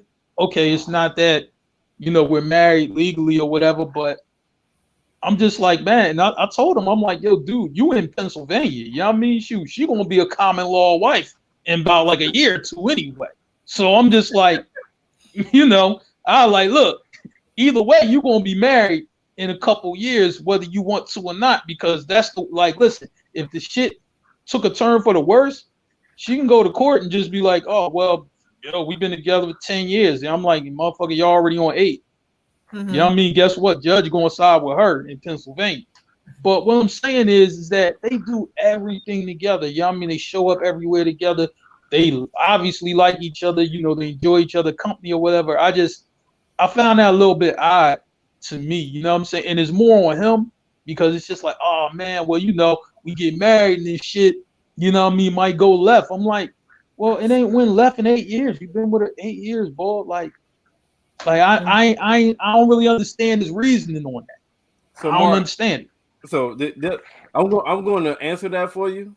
Hopefully, just don't jump into another pod because this actually could be a whole pod topic. It really can. What we're drifting into can be a whole pod topic. Yes, but, it can. There's a reason for that, and the more. All right, just touch on it a little bit, just so I can. Okay, all right, cool. Okay. So basically, a lot of times, the more serious and the more advanced and the higher the title in a relationship, the more things change. So, like, men get married expecting the woman to stay the exact same. A lot of times, women get married and expect the husband to change. So, a lot of things they may accept when they're just boyfriend girlfriend. Okay. As a husband, they expect them to correct that immediately. And so it's a lot of things. Every time you get deeper, expectations change. If we just dating, we got certain expectations. When we become boyfriend, girlfriend, those expectations change. When we become fiance, about to get married to one another, expectations change. When we become husband and wife, expectations change. Yeah. So that's why. Okay. And that's real shit. I can agree with that because a lot of people have asked me, how does it feel to be married? And in regards to before we were married, it's the same. But just like what you said, Merv, when you're married, there's a lot of other things that come with the title of wife, right? So even this may not seem to be the case because people get divorced so quickly, but there are more expectations. There is more responsibility. There are more things that you're held accountable for in a marriage versus a relationship. So some people feel like once you tell her, once you propose with wife, the responsibility, the accountability, the expectations that she's going to request of him from a husband as her husband will be different as her boyfriend. So when you hear women talk about why they want to get married or the reasons why they got married or things regarding marriage, they usually say, I want more. Again, Janet Jackson, the reason she broke up with JD after being with him for 9 years is because she wasn't giving him what she wanted. She wanted more, right? The more she wanted was the marriage, kids, and all of that. So when you think about situations like that, people avoid taking that next step to avoid the expectation, accountability, and responsibility that comes with that next step. I mean, I get what you're saying. Like, I really get it. I'm just saying, yo, like, dude, we hang out sometimes. I mean, you really be like, you act accordingly. Ain't nothing crazy. You know what I'm saying? I mean, you got love for her, love the kids. You know what I'm saying? Her, you know, you good with her family, she good with yours. Like, Hey, put I that mean, back up. when I say everything's in line, y'all take trips, y'all do business. Like, I'm just, I mean, That's I'm like, crazy. and you don't cheat, you don't do none of that shit. Like, Hey, Mark, it's you see wild. Mark, you see what Tina just wrote? 16 years. Wow. Tina B said, my uncle was with his girlfriend for 16 years and had 3 kids. And then after 16 years of being together, they decided to have a big wedding and got divorced after a year. Like when you get married, I would say. I wonder what changed. They got married. The responsibility, everything else, the expectations, yep. the expectations, and shit that the expectations and the toleration change. Yep. You know what? I'm, you know, cause just like you said, you know, I ain't going to have you go on. We gonna table it right here. I just don't get it, but we gonna table it right here. Man, we can make that next part. We can make that next part because we can really dive in that. We can really get no dive in that. So that'd be a good one. We can make that next part. And so all right. What you got next, Merv? Shit, Mark got me ready to talk about that shit. But no, Wednesday. Please Jack, we do that next Wednesday, right? Yeah. You cool with that? Yeah, we can. I'm with you. I'm down for that. Do that next Wednesday. Yep, we could do that. All right, so Tina B posted this, right? It said, in order for sex to be fire, at least one of y'all had to be a hoe before. Don't argue with me. Again, I'll tell you what it says. In order for the sex to be fire, to be lit, at least one of y'all had to be a hoe before. Don't argue with me. Listen, I mean, I think it's some truth in that shit, yo. Like hoe might be the wrong word, but y'all understand what the fuck that shit is saying. Y'all understand what the fuck that shit is saying? Yeah, yo. At least one of y'all. Especially if you have one that's more sexually reserved, that one that has had the experience. Yeah, maybe able to bring that out of the person. Experience and big air quotes, right? Big air quotes. The experience. Maybe able to teach the other person something. So yeah, there is some truth to that. Now, if they both have experience, then it's an explosion. But if one just has more experience than the other, I guess part of the fun would be teaching. And then the other person just has to kind of be more open to being taught some of those hoish ways. But yeah, I guess there's truth to that. I think it was Exhibit. Mark, you used to listen to Exhibit back in the day? Yeah. I think it was Exhibit. And correct me if I'm wrong, because Exhibit got a fucking song where he was talking to this girl and shit. And he was like, you should be thanking these bitches. Fucking them got me ability to fuck you better. That was the sense of the fucking song. You know. So, like, I mean, yo, everything before you get good at anything, it takes practice. So, I mean, everybody, yo, two versions is not gonna have no fire ass sex, yo. No. It's either got to be 2 teachers or 1 teacher and 1 student. 2 students? Well, nah. I would say like this. I'm not going to say, you know, that you have to be a hoe or one person got to be a hoe or whatever, right?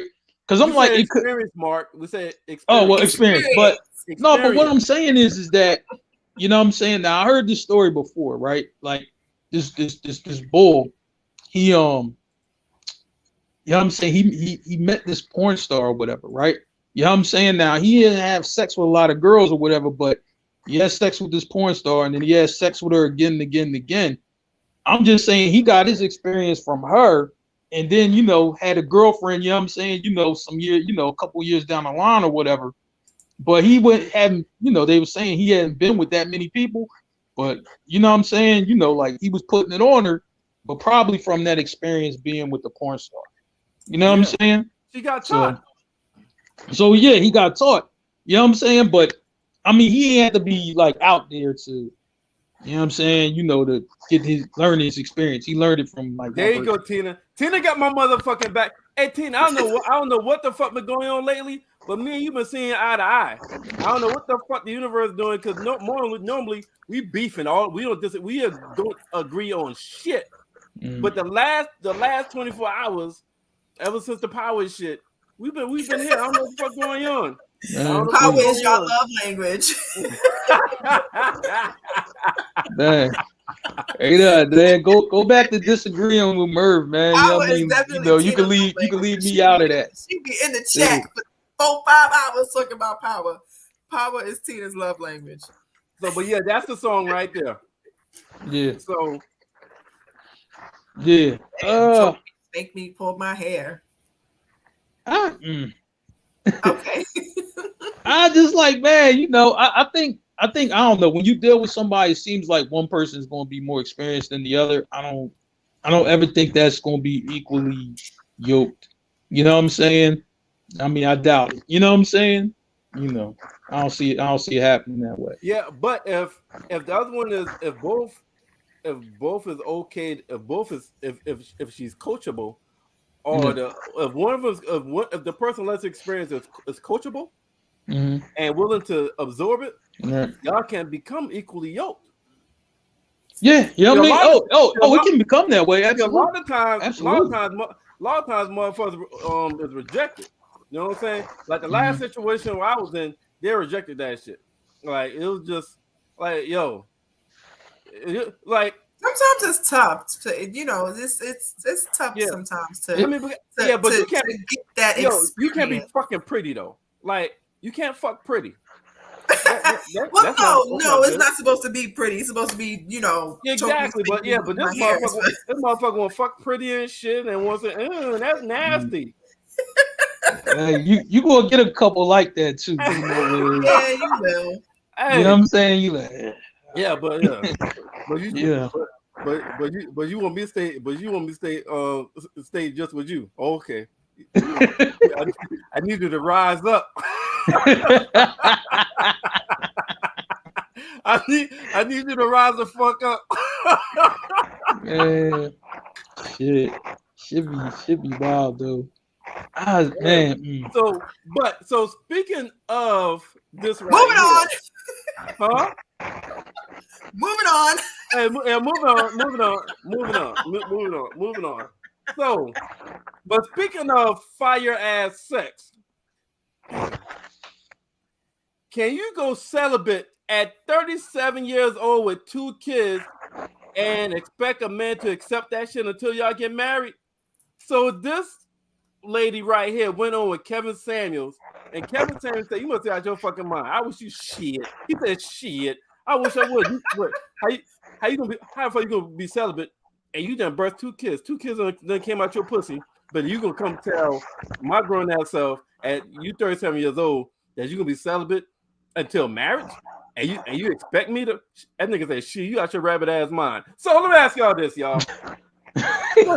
Women, do y'all really feel y'all can go celibate at 37 years old after and you got 2 kids and have a man accept that shit until marriage? Do y'all really believe that's realistic? Like, yes, I know somebody like that. You know somebody like what? I know somebody. Actually, the celibate is for virgins. When you're refraining from marriage and all of that before you have sex. The correct term is abstinent. So that means that you have already had sex or already have children, and you're refraining from sex for a certain time frame. I know someone like that has a child and has just decided that. And I want to say that this person has been abstinent for 4, 5, 6 years. It's been a while. It's been a really long time. Wait. Yo, she done had kids. She done had an orgasm. And she has 1 child, yes. I know someone like that. Well, and she's in a relationship and has mentioned it to this dude. Yes, it's possible. It's rare, but it's possible. What age is she? Like what age? In the 30s or 40s? 40s. 20s? She in the 40s? God damn, she got a boyfriend? She's dating someone now, and they How long have they dated? How long have they dated? Over a year. Damn. God. Well, he's fucking somebody else. Stop it. I don't think that he is. No, But he's definitely fucking it's somebody else. possible. Yeah, It's possible to take a He's break fucking from somebody that. else. That's a little selfish. That's a little selfish. You know what I mean? He's not if- gonna rush her. He's not gonna rush her. He's just gonna fuck somebody else until they get married. I Hold hope up, not. hold up. Is he an older guy or he young? He's younger. Oh, God. he's fucking somebody. Hey, listen. I hope your friend ain't watching this shit, but he's definitely fucking somebody. And all he's gonna do, he got a sneaky link. Who said that? Absolutely. Who put that shit up? Jamal Long. It Hey, thanks for joining the show because I think it's my first time to see your comment. Yeah, he definitely has a sneaky link. Shoot, probably at work. Hey, listen, that's the best way to do it. Then you don't break no pattern. But it's Probably at work. But Like, it is possible. hey, sweetheart, I'm staying a little late at work. Hey, Dumb. but listen, just hey, I hope you didn't share this shit on your page because she's gonna be upset. Hey, Jamal said, "Peace, fam. Peace, God. Word to the God. I'm out." What's today's math? Crazy.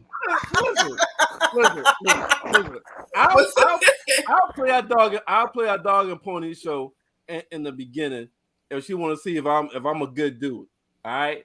But once I show you I'm a good dude, that's been a certain length of time. Well, they're both in the church, so it's different. It's different. But wait, time out. Can I say don't something? Don't do that, Merv. Go there, Merv. Go there.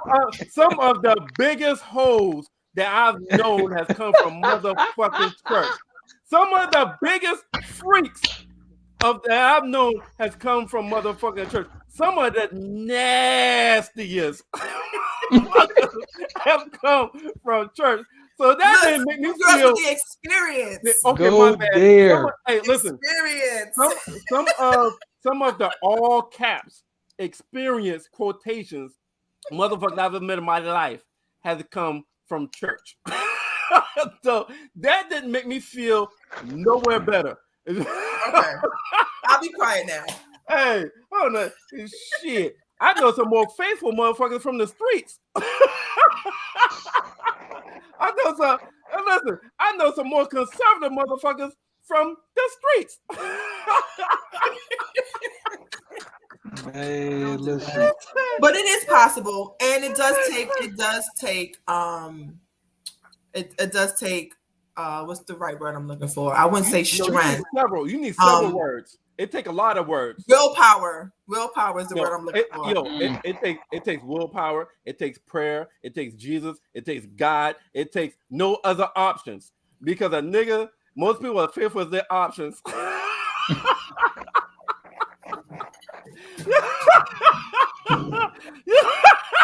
You do not need to be laughing that hard, bro. You're laughing too hard. Don't do that. Yo. Hey, listen, that's not the version. That's what Chris Rock said. It's as faithful as his options. It takes Vaseline, hope, prayer, and Pornhub. Goodness. Listen, you know what? She must be got the rose. She got that fucking rose, Mark. Man. Hey, Yo. Listen. I'm so sick of y'all. Listen, what's that movie, The Perfect Wedding? No, Jump the Broom. Listen, that's just a movie, y'all, because they did that same shit. She went abstinence and shit, and Jump the Broom, and it lasted. It's just a movie, y'all. That's just a movie. Yeah, but you know what? Okay, let me say this. They might do it.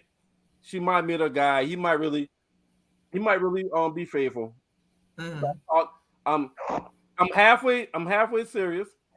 I'm halfway joking, more serious than joking, but it's a possibility, right? All I'm saying is I'm not doing it. I'm like, man, it's no way I could do it. Like, you can't even put that on the table. No, you can't even put that out there. Like, that's just That's just bad energy right there. You know what I'm saying? I'm just like, damn. I can't marry somebody without knowing what their pussy like. Ain't no fucking way. Because if their shit is not good, what the fuck am I supposed to do for the rest of eternity? What the fuck I'm supposed to do for the rest of eternity if they say trash? You know what I'm saying? And every time they suck my dick, I come with goddamn teeth marks. And I goddamn, what the fuck am I supposed to do for the rest of eternity? Man, teeth marks. Bro. Oh, goodness. Exactly. You know what I'm saying? I'm about you because you won't be abstinence. No, I'm gonna be abstinent from your ass. hey.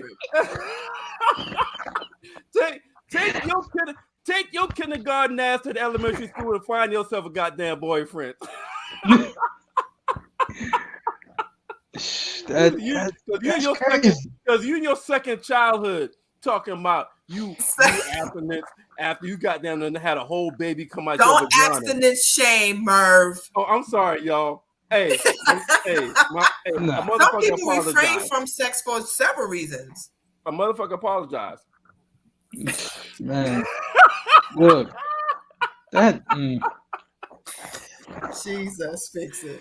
Boy, you know, look, we adults, man. Everything need to be on the table as adults. I'm sorry, it gotta be on the table.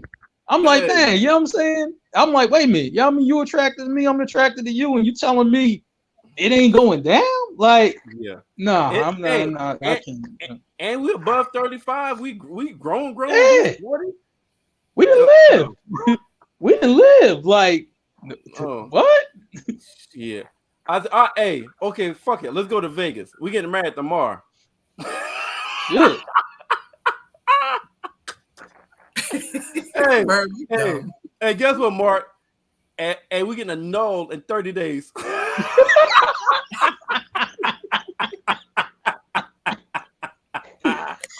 Hey, shit.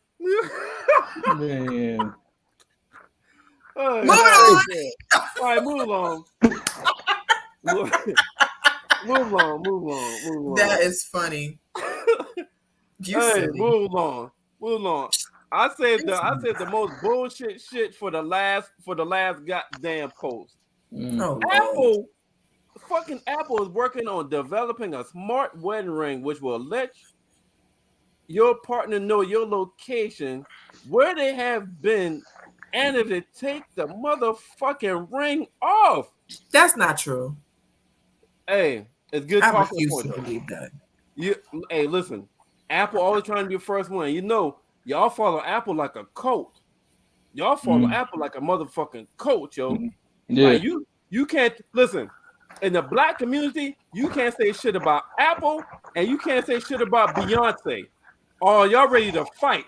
Yeah, true. Listen, in the black community, Apple and Beyonce, y'all can't. They untouchable in the black community. You talk shit about those two things that you fucking want. You automatically hate her, and they're ready to goddamn fight. She also measures your heart rate. Yeah, exactly. So let me ask y'all this: would y'all Apple users, y'all iPhone users, yes, y'all iPad users, y'all iMac users, y'all the same motherfuckers that said top 5 things that make a man sexy. Number 3 on that list is having a fucking iPhone. Top 5 things that make a man sexy. Number 3 out that top 5 is when a man have an iPhone. So all y'all iPhone Apple coat users, are y'all wearing this fucking Apple iPad iPod ring? Huh? No, I'm not. No. Dumb. I was like, man, you know what I'm saying? That's grounds for a divorce. Even if you ask, even if your partner asks you, you know what, we getting divorced. I'm not. I'm not seriously. I'm not. I'm just not gonna do it. You know, I'm like, yo, that thing track every move, and then if you take it off, I'm just like, I mean, who am I, Tariq from Power? Like, get the fuck out of here. Like, I'm just like, I'm not doing it. Low Jack for marriage. I'm just like, man, you know. But I'm like, dang. But is it really far fetched? Because Apple got that find my phone shit. That shit's I mean, on they every got the fucking Apple iPhone. Watch, so I'm sure it's possible because the features is somewhat similar to what's already on the phone or the Apple Watch, like Exactly. a Fitbit or whatever. So I can see it, but I won't be doing it. That's just crazy. Yeah, I mean that's some Listen, real Because insecure type honestly, shit. you can get all of that on the iPhone already. Like if you both have iPhones, you can share your location. So you always know where the phone is, but he can just leave the phone I wherever. mean, So man, but right. people really want to track like, oh yeah, where my partner at? Like, I don't even want to do that shit. Like, you know what I'm saying? Like, come on, stop.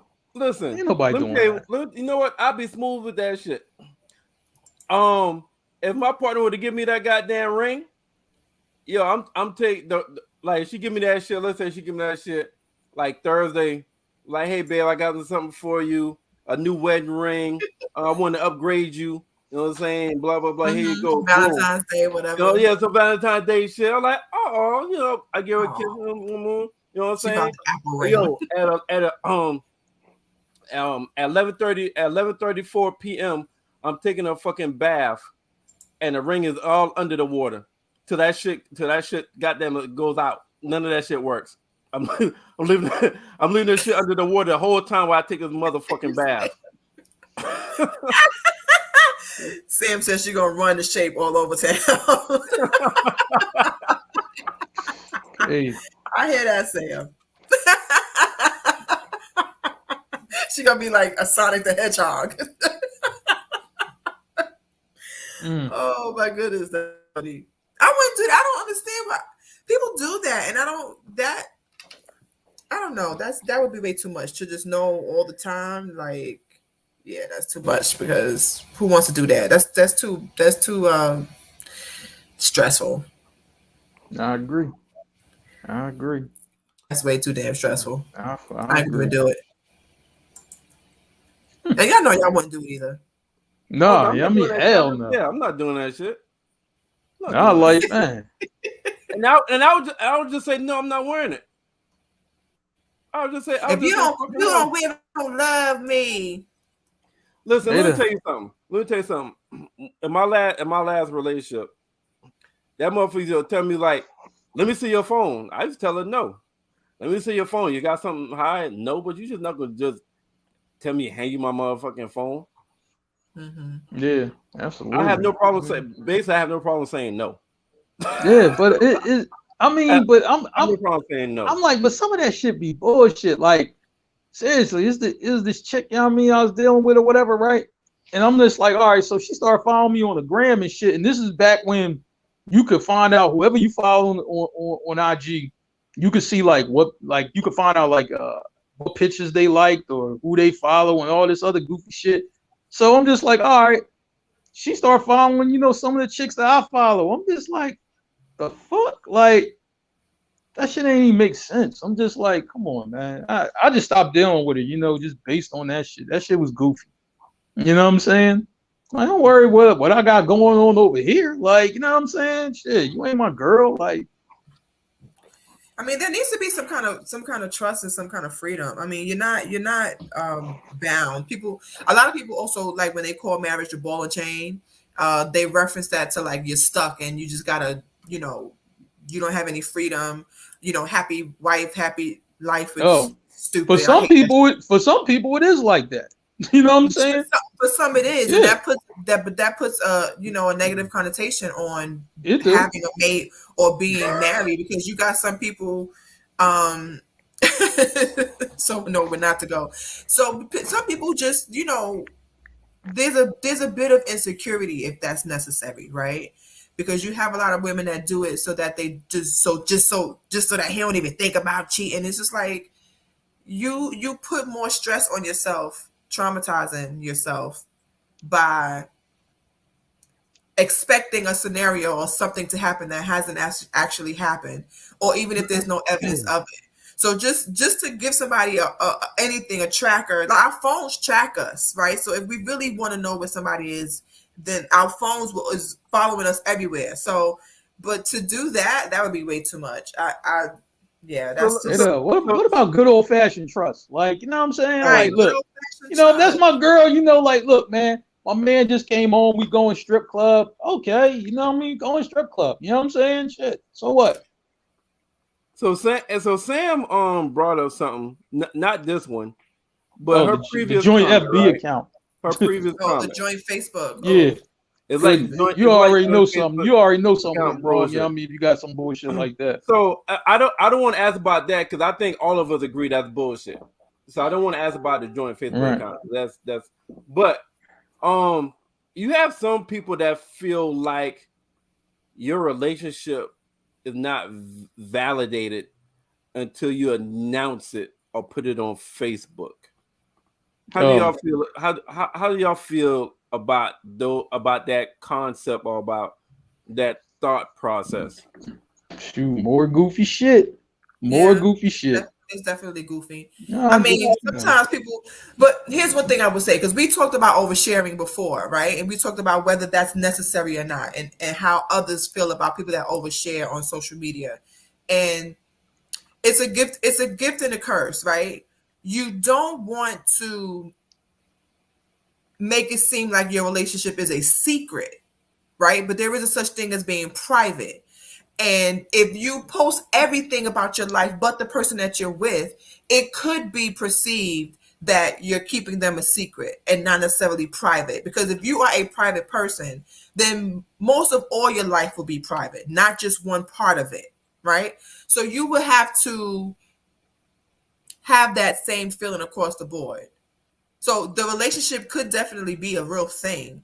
It's just that it's not all over, splattered all over the place. And we know that with celebrities, right? You have celebrities that have been together, Denzel and, you know, his wife. We don't never hear anything about them, right? But then you got a Jada and a Will that just want to put every single thing on social media to the point where we are tired of hearing it. And that's our fault, because if we don't hear about the relationship, it's like, well, what's going on? Probably some bullshit happening behind closed doors.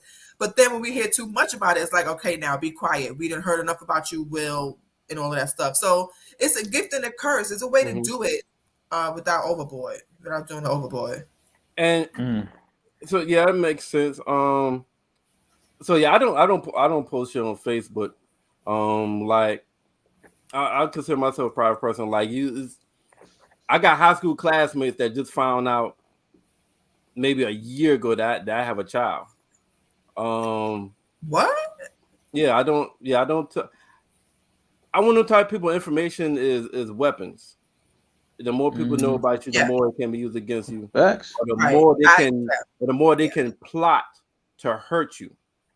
So I just don't like, almost like Drake said, I don't run to the blogs. If I can't give you the information, if we close, I give you the information over the phone. We talk directly. Right. You know what I mean? If we don't talk every day or we don't talk weekly, then hell no, you're not gonna know my personal shit.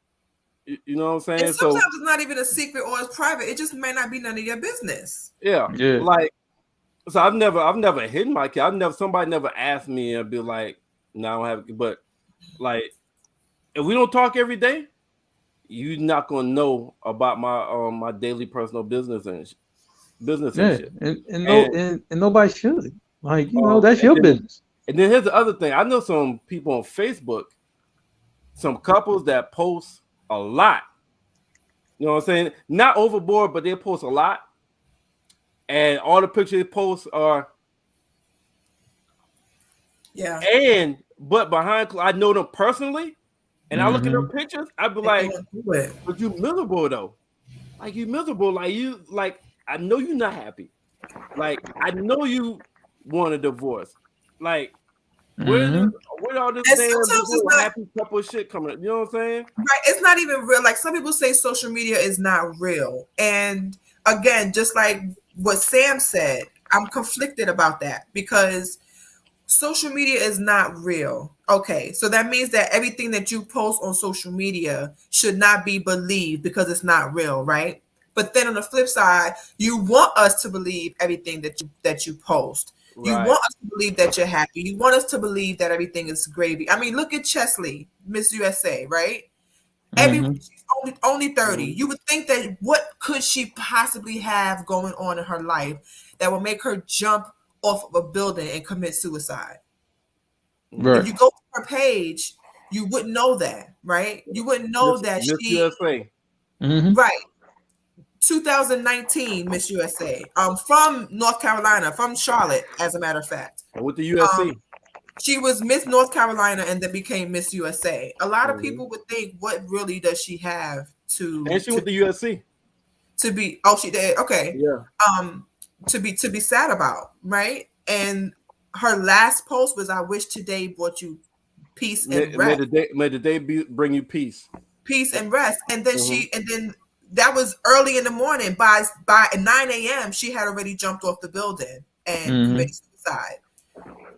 When you go on her social media page, there's no evidence that she was going to jump off of a building, Right. right? But social media is not real. But you want us to believe everything you post.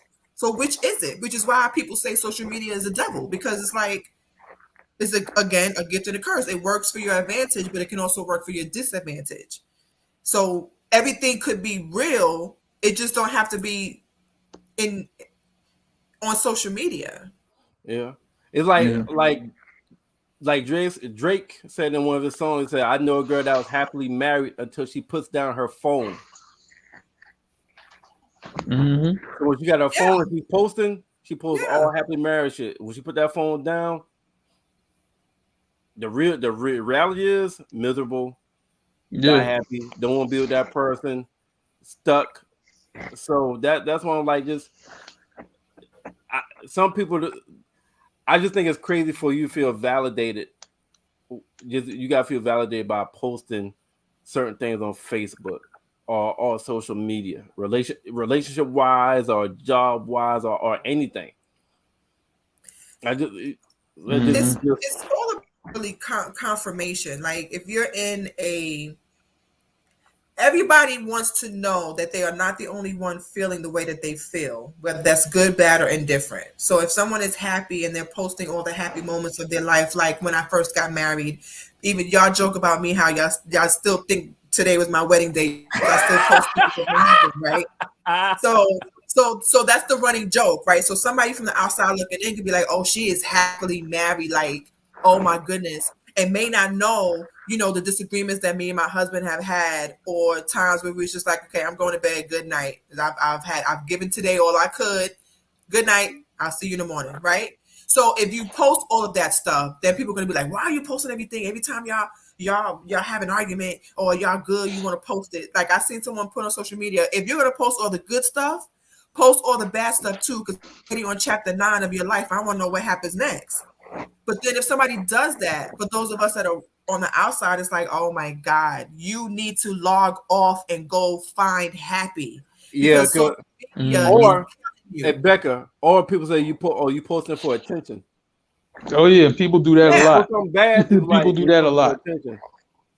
And but technically, that's what it's for. So Facebook says what's on your mind. So I'm gonna type what's on my mind, right? Social media was meant for us to be able to engage with each other and with people that are not tangible. So I can speak to somebody in Czechoslovakia right now. We can have a whole conversation.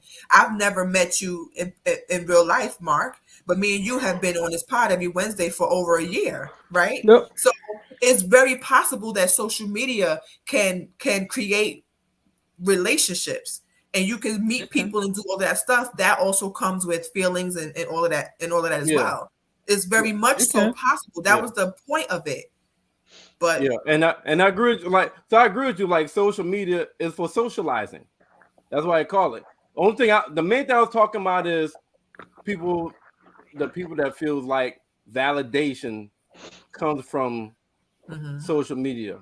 That's the main thing I'm talking about. Yeah, but I mean, those people, before social media, some people did seek attention and wanted attention, drawn to their situation or whatever.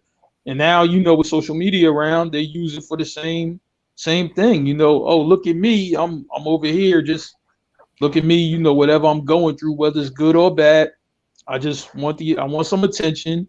I Yeah. want people to talk to me about whatever I posted. You know what I'm saying? People get paid big money for attention. Instagram has paid people millions for attention. Yeah, you know. Some people like I said, I wasn't really talking about the attention part because, like you said, if you got 5,000 followers and you post a personal shit on your page, you know motherfuckers are going to read it and respond. So I really that's what you posted it for. You want them to. Yeah, I ain't really talking about the attention part. I was mainly talking about because we were talking about relationships, and people feel like your relationship ain't valid unless you post your relationship on social media. I mean, but sometimes what I'm talking about. But sometimes social media be weird because it's just like, you know what I'm saying? Like I had somebody ask me this before, right? Like, so this chick, I really don't really know her like that. I mean, I ended up meeting up with her, you know what I'm saying? She was cool, but what I'm saying, I really ain't really know her like that or whatever. It was just like, all right, she might post whatever she's going through. I never read any of that shit. But then she posts a picture or whatever. Oh, yeah, I like that shit. She look good, cool. You know what I'm saying? So, I mean, you come through my timeline, look good, I'm gonna like the shit. But then one day, you know, she just jumped in the inbox and just, yo, you don't pay attention to like nothing else going on with me. You know what I mean? But, you know, you'll like my pic or whatever and just, I'm like, sweetheart, was that necessary? Like, you know what I'm saying? I'm just, you know, I don't got time. I'm like, yo, you be typing paragraphs. I don't really be having time to read it. Like, you know what I'm saying? I'm just keeping it real. Like, I don't got time. People use Facebook as their journal, as their diary. You know, and whatever they're thinking and feeling, thing they do is go on here and just start posting. And it's like, I tell people all the time, log off and handle that. Because you're not going to find your things right here. But I had to ask her, I'm just like, yo, why do you care what I think about whatever you going through, right? You know what I'm saying? Then, you know, they hit you with, well, look, I seen you read through something else, you know, because like when you have mutual friends, you can see certain shit, right? Or whatever. But I'm like, yo, I know them. That's why. Like, yeah, I really know that motherfucker. Like, you know what I'm saying? I don't know. Only thing I can go on is, yo, you look good, and that's it. That's all I can go on. I can't really go on too much else. You know what I'm saying? Like I said, she was cool. I mean, we met up and everything, but I don't know. She just kind of takes social media a little too serious. So it's just like, all right, I ain't really trying to deal with it because this could get goofy. You know what I'm saying? So I'm good. You know, but that's just the way she felt, though. You know what I'm saying? Yep, and that's the attention that she asked for. Because when she didn't get it, she wanted to know why you wasn't giving it to her. I'm good. And that's the first thing that people ask. The people do that. It's for the validation that Merv was speaking of, right? It's that validation that I need to confirm what you're doing is a good thing. So if you're married, me posting my husband constantly, right, would be I need all of y'all to confirm my marriage is happy, right? So that's all that people are doing it for. Where if you have a product, you have to constantly post about it so that you have to get the attention so they can want to buy your product. So it's a need and a grab for it. It's necessary to be active on social media successfully. If not, then what's the point? If you're going to post something and no one likes it, or 2 people like it, 3 people comment, and then that's it. If you're looking for that, people just think about it like this. If you post something and then you go back to look and see who commented and who liked it, that's a sign that you were seeking some attention at that point. Because if you didn't care about any of that, you would post it and never go back to it.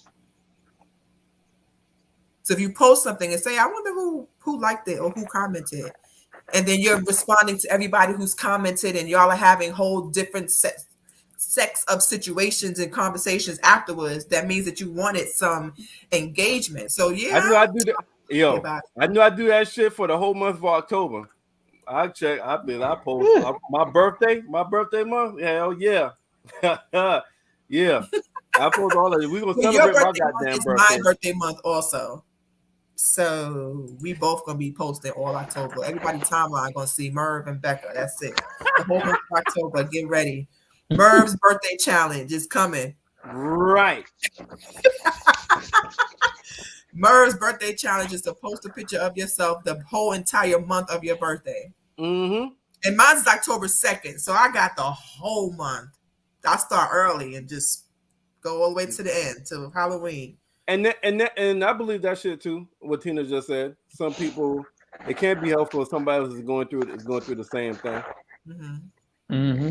Yeah. That's true. Because you'll get some people, they may not respond on your post, but they'll send you a direct message to your inbox. Oh yeah. To talk about it.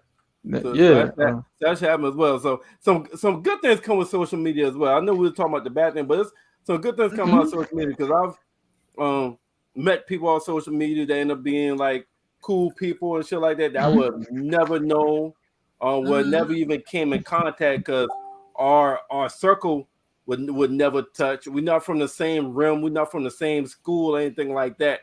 So social media guys good as well. Yeah. It definitely has its good. It definitely has its good. You know, a lot of people be saying like a lot of negative stuff about it, but I think it has its good, and I don't think the good get talked about. Pros and cons. Yeah, I mean, but I just don't think the good with social media definitely doesn't get talked about as much as the bad. You know what I mean? At all. Like, and it'll be some good shit. Because some people don't have social responsibility, so they act up on social media. Right. They don't know how to behave themselves. Right.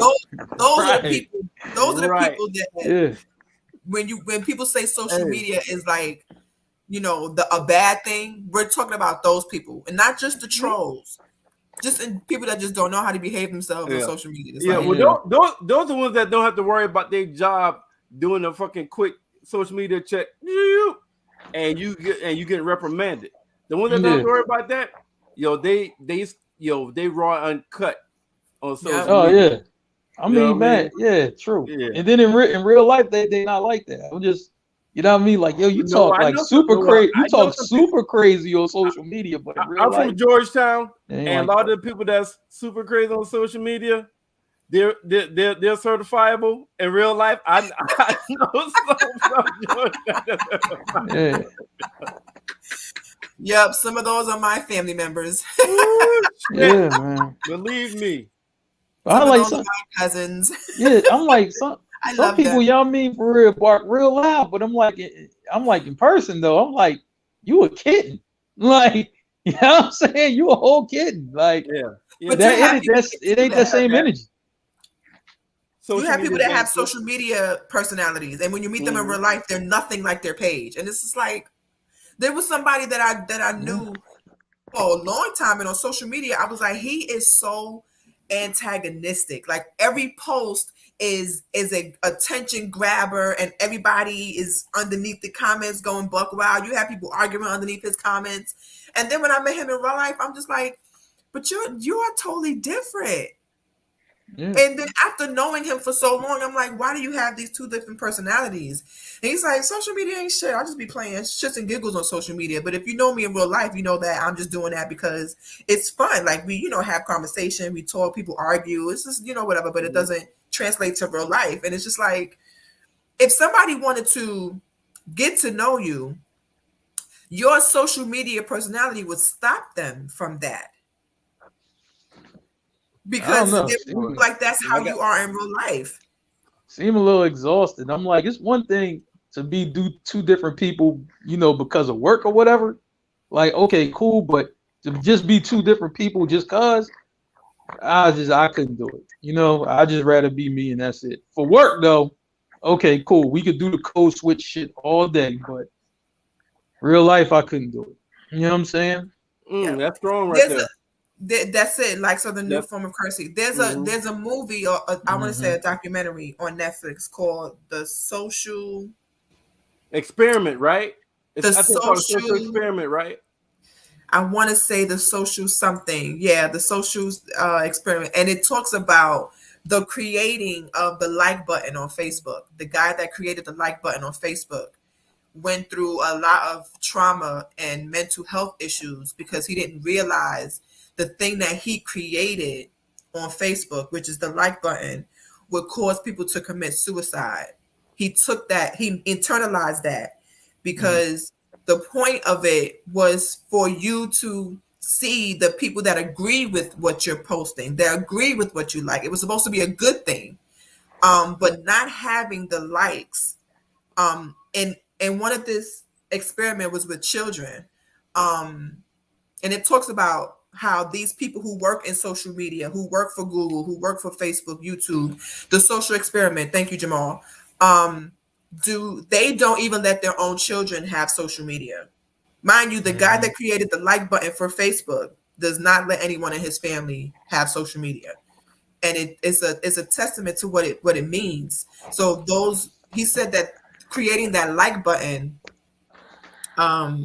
made him actually, I'm not sure if he still works for Facebook anymore. I don't think he does. A lot of people in that particular documentary no longer worked for social media because it was a mental shithole. It was like, I'm not doing this anymore. And he really needed extreme therapy because he realized the like button that he created caused people to commit suicide. And Jamal dropping some gems, yo.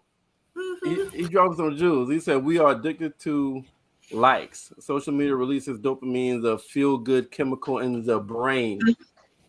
Yep. Yeah. And not having that is what is the opposite. Extreme sadness, depression, mental health issues, all over somebody just liking a comment. Isn't that crazy? Because I'm old enough to remember when there was no internet. I'm old enough to remember the first cell phone. I'm old enough to remember the first cordless phone. It was a big thing. I'm old enough to remember a beeper, right? That's how old I am. When I was born and I grew up and I was old enough to remember, there was no such thing as a www dot nothing. So for me to be 40, I'll be 42 this year, to see how different the world is with social media versus me growing up, not having no social media, no nothing. There was not even a MySpace. I didn't have MySpace till college, till I was 20 years old. So literally social media is really only 20 years old. It's not that old. I don't even think drink it. I would say like this, just in life though, I'm like, not that you live, anybody live their life for likes or anything like that, but it's just certain shit that, that you did coming up, you know what I'm saying, where you did want to get recognized for whatever you did. Like I'm stepping out the crib and I'm fresh, or, you know what I'm saying, yo, I'm about to go to this event, I'm looking good, or, you know what I mean, I got you know what I'm saying, like, I got a new car. Like, it's always going to be some shit like that growing up. Like, even if you look at the school days, like, you know what I'm saying, yo, I got new kicks, man, it just came out, don't nobody else got them but me. Like, that's still a form of I want to be, somebody, you know what I mean, on this day or whatever. Like, it still exists. Like that. Hey, hold on real quick. Hold on real quick. Yo, Jamal. No, we are a very interactive, fan-friendly show. We are. So if you want to come on this motherfucker anytime, any Wednesday, you let me know. I'll send you the link. You can come on this motherfucker anytime you want. All right, we do bring guests on. All right, and we do, but just a quick shout out. Jamal actually has his own podcast. He on Thursdays. So that's even better then. You already know the deal. Respect the journey. If you want to follow him, you guys, Respect the Journey is on Thursdays. I want to say, well, wait a minute. If he's in the group, post it. Bring your ass on, Jamal. Shit. You know, if he in the group, post it. You know what I'm saying? If he in the group, post that shit. You know what I'm saying? So we can watch it. You know what I'm saying? Yeah, he definitely and he's actually a friend of my husband's. So they've known each other since they were kids. So I mean, but I just look at this shit like, I don't know, like, you know what I'm saying? If I was a young boy now, I can understand, how social media has that kind of impact. You know what I'm saying? I think it would have impacted all of us to a degree if, we came around in this era. Like, you know what I'm saying? It would have impacted us all. I'm like, Merv, you got to think, if social media is around, you killing on the football field, you're going to do the Heisman Trophy pose and all type of shit.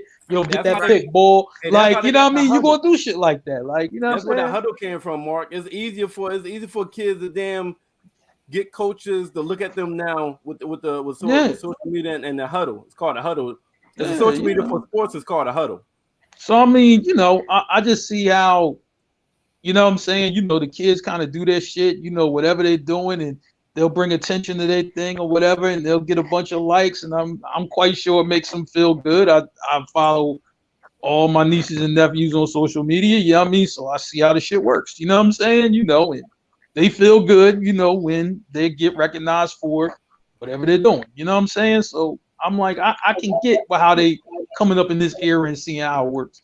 I think, yeah, I mean, social media was around when we was their age. I think some similar shit will be happening. Yeah, because I definitely see the difference in my child. I definitely see how much social media plays a part in her everyday life. You know, Yeah. and now you know, she's knowing more about it, but it's also the influence in school as well, because um some kids have all types of pages. They have a TikTok and an Instagram, and Yep. they have all kinds of pages as children. And she asks me all the time to get a, you know, she wants a TikTok page and she wants an Instagram, and I'm just like, it's not happening.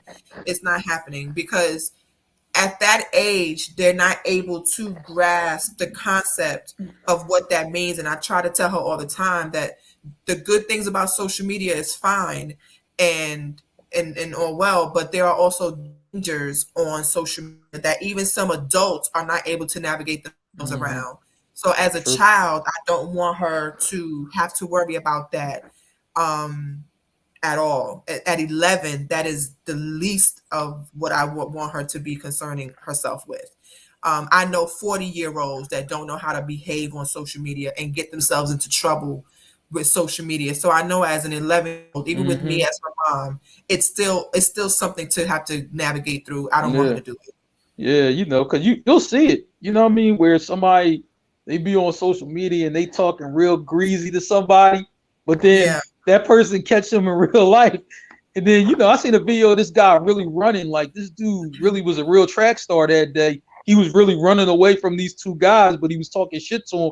Like when I got the backstory, like, oh, he was talking big shit to him on, you know what I mean, for on the gram or whatever. But then they ran into him, you know what I'm saying? They was really chasing this bull down the street, but this dude could run. You know what I mean? So Yeah. he got away. But, And there's you also know, that shit adults that happens. act like their children on social media, and you don't know that the person that you're speaking to is a 45-year-old man, but you think he's 12-year-old Johnny who likes That's to play the scary. same game that you do. Yeah, you Mm-hmm. guys want to talk about Roblox, but he's really, you know, a middle-aged man with a whole wife and kids, and just has this obsession. So I try to avoid all of those things for her as long as I Mm-hmm. can. She's Yeah. aware of it. I don't keep her from it because I'm a realist. So I let her know it exists, but I let her know the Mm-hmm. dangers of it and the reasons why I want her to engage in it. Right. I feel you. I feel you. Yeah, So it's Yeah. too Sam much. But Sam yeah. said something similar what Tina said. She said social media gave me language for how I had been feeling since childhood. A whole new world opened up for me on social media and connected me to others going through the same things. It made growing up alone seem less lonely. It's lonely. Mm-hmm. And that's the good thing about social media. Yeah. It can bring Mm-hmm. people together, especially during the pandemic. That's really all that people had was, you know, non-tangible things to be able to engage, get what they needed or what they used to get from physical socializing. So the internet does serve that purpose, and it's a good thing. But you do have those keyboard commandos that be getting folded up on the sidewalks, like Mhm. Trey said. You do have those Yo. I think Twitter fingers on fire and do not know how to be socially responsible. Mm-hmm. Yeah. But I don't know. So social media, you know, it's been good for me. I just use it, you I know, use it to just really network. to have some fun. You know what I'm I saying? use it. So, I mainly use it to network.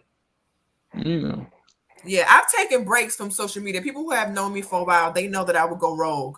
Like I went before I met my husband, I was off of social media for almost 2 years. When I met him and told him I didn't have a Facebook, Instagram, or nothing, he was like, "What? You can't be real."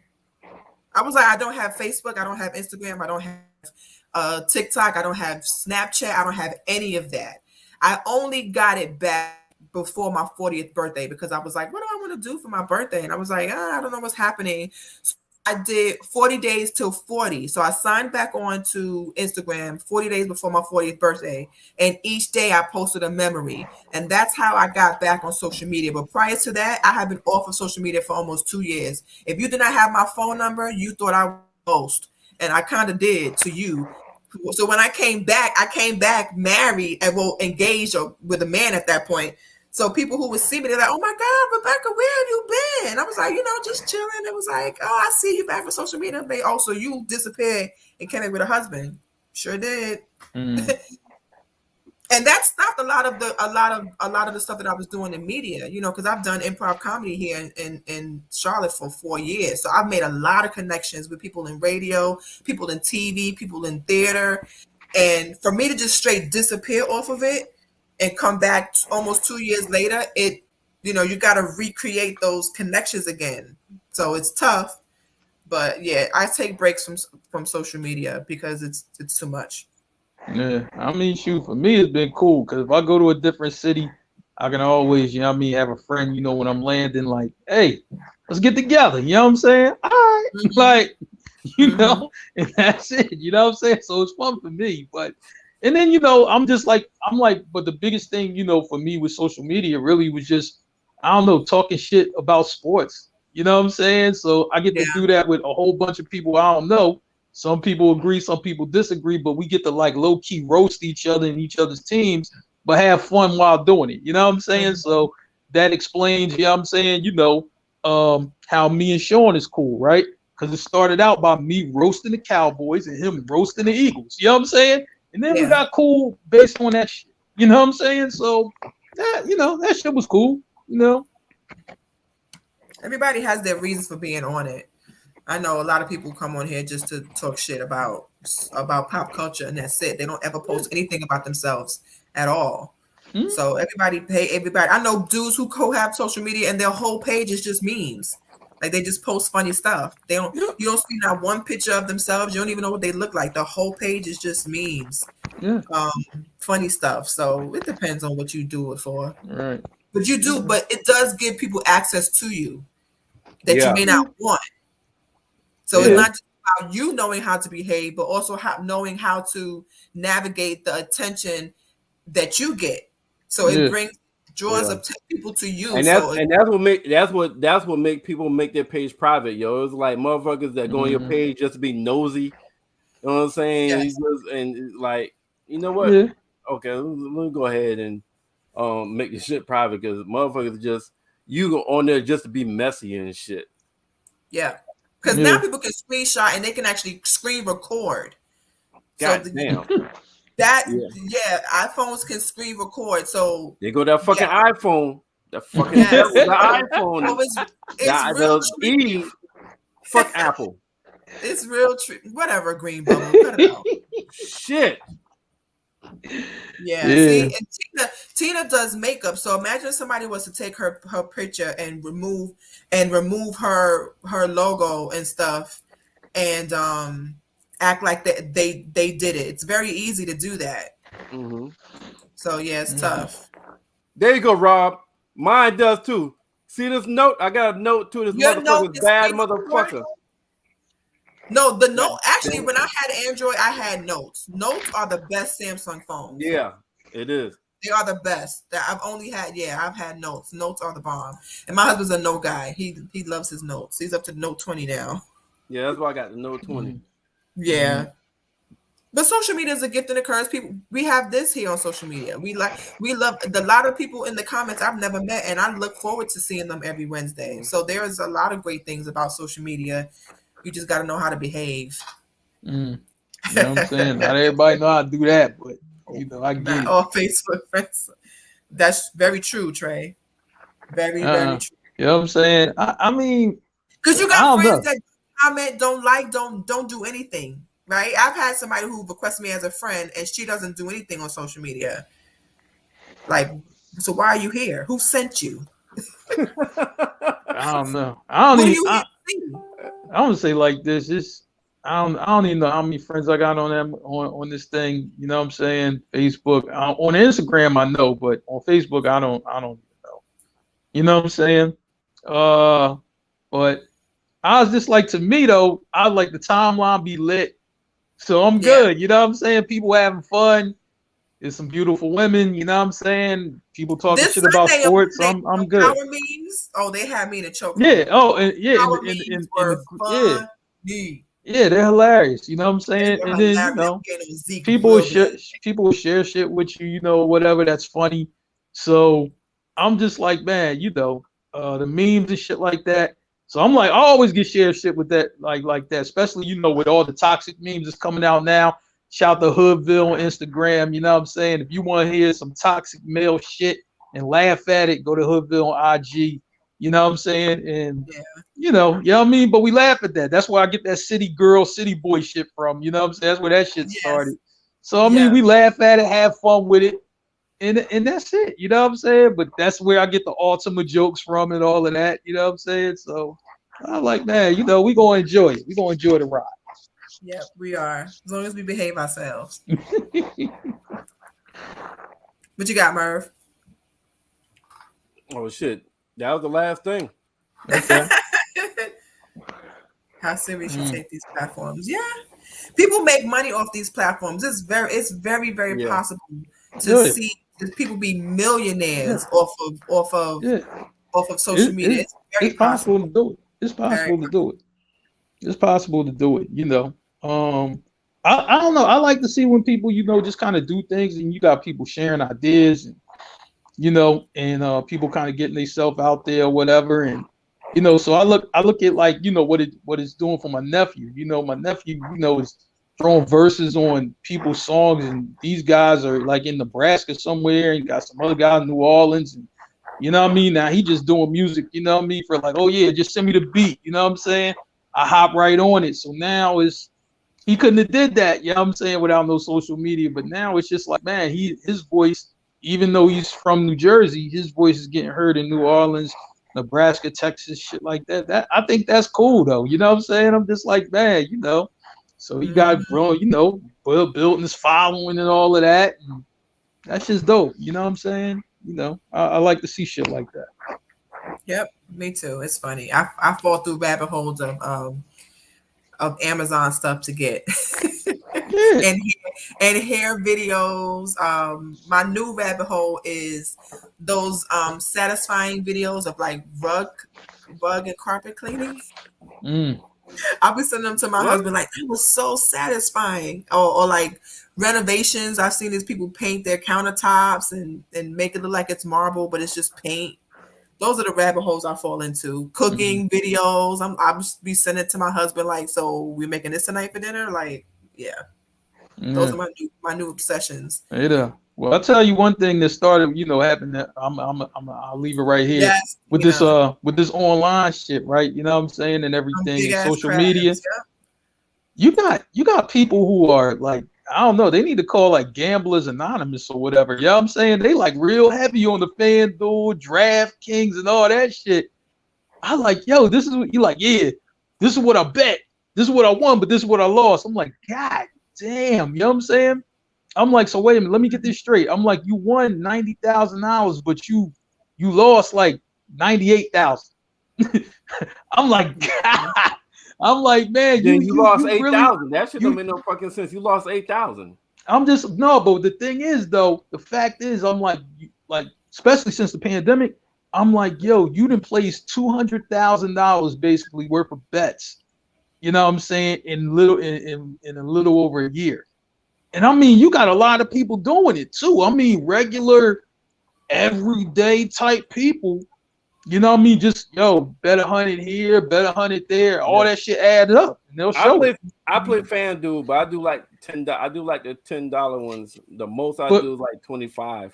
But here's the thing, Mert. You know what's crazy though? You know what I mean? Even if you just like, the most I do is 25, right? But say if you do it every day or every other day or whatever, right? When you start to see a total in 2 years, you be like, damn, I bet that much. Like, you'll be even surprised by that. But see, he might bet against the computer people. Yeah. I bet against people I know. So yeah. So Yeah, it's easy I to feel win. you. It's easy to win. It's easy to win against people that because Right. when you play against like the house or the computer people, like it's 1,000 people in one. A lot of them should be bots. Yeah. So you can't fuck with them bots. So But I I go mean, to we got a personal league, me and a group of people. yeah, That's what I'm talking about. I don't I'm fuck gonna with them say bots. like this.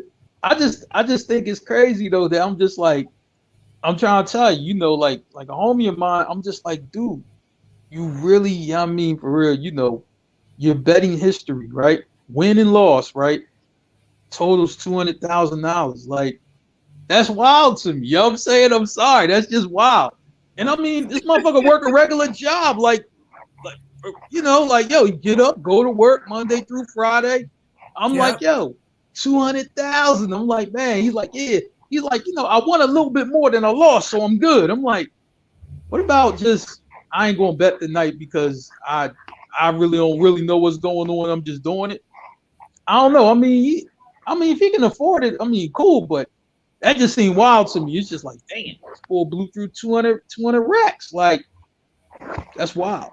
You know what I'm saying? It's wild. People make millions just playing games. Like absolutely. If you look at the list of the highest paid people in YouTube, most of them are gamers. All they do is play video games and stream it to YouTube, and people watch them play video games. Well, I mean, shoot, they got those e-athletes now.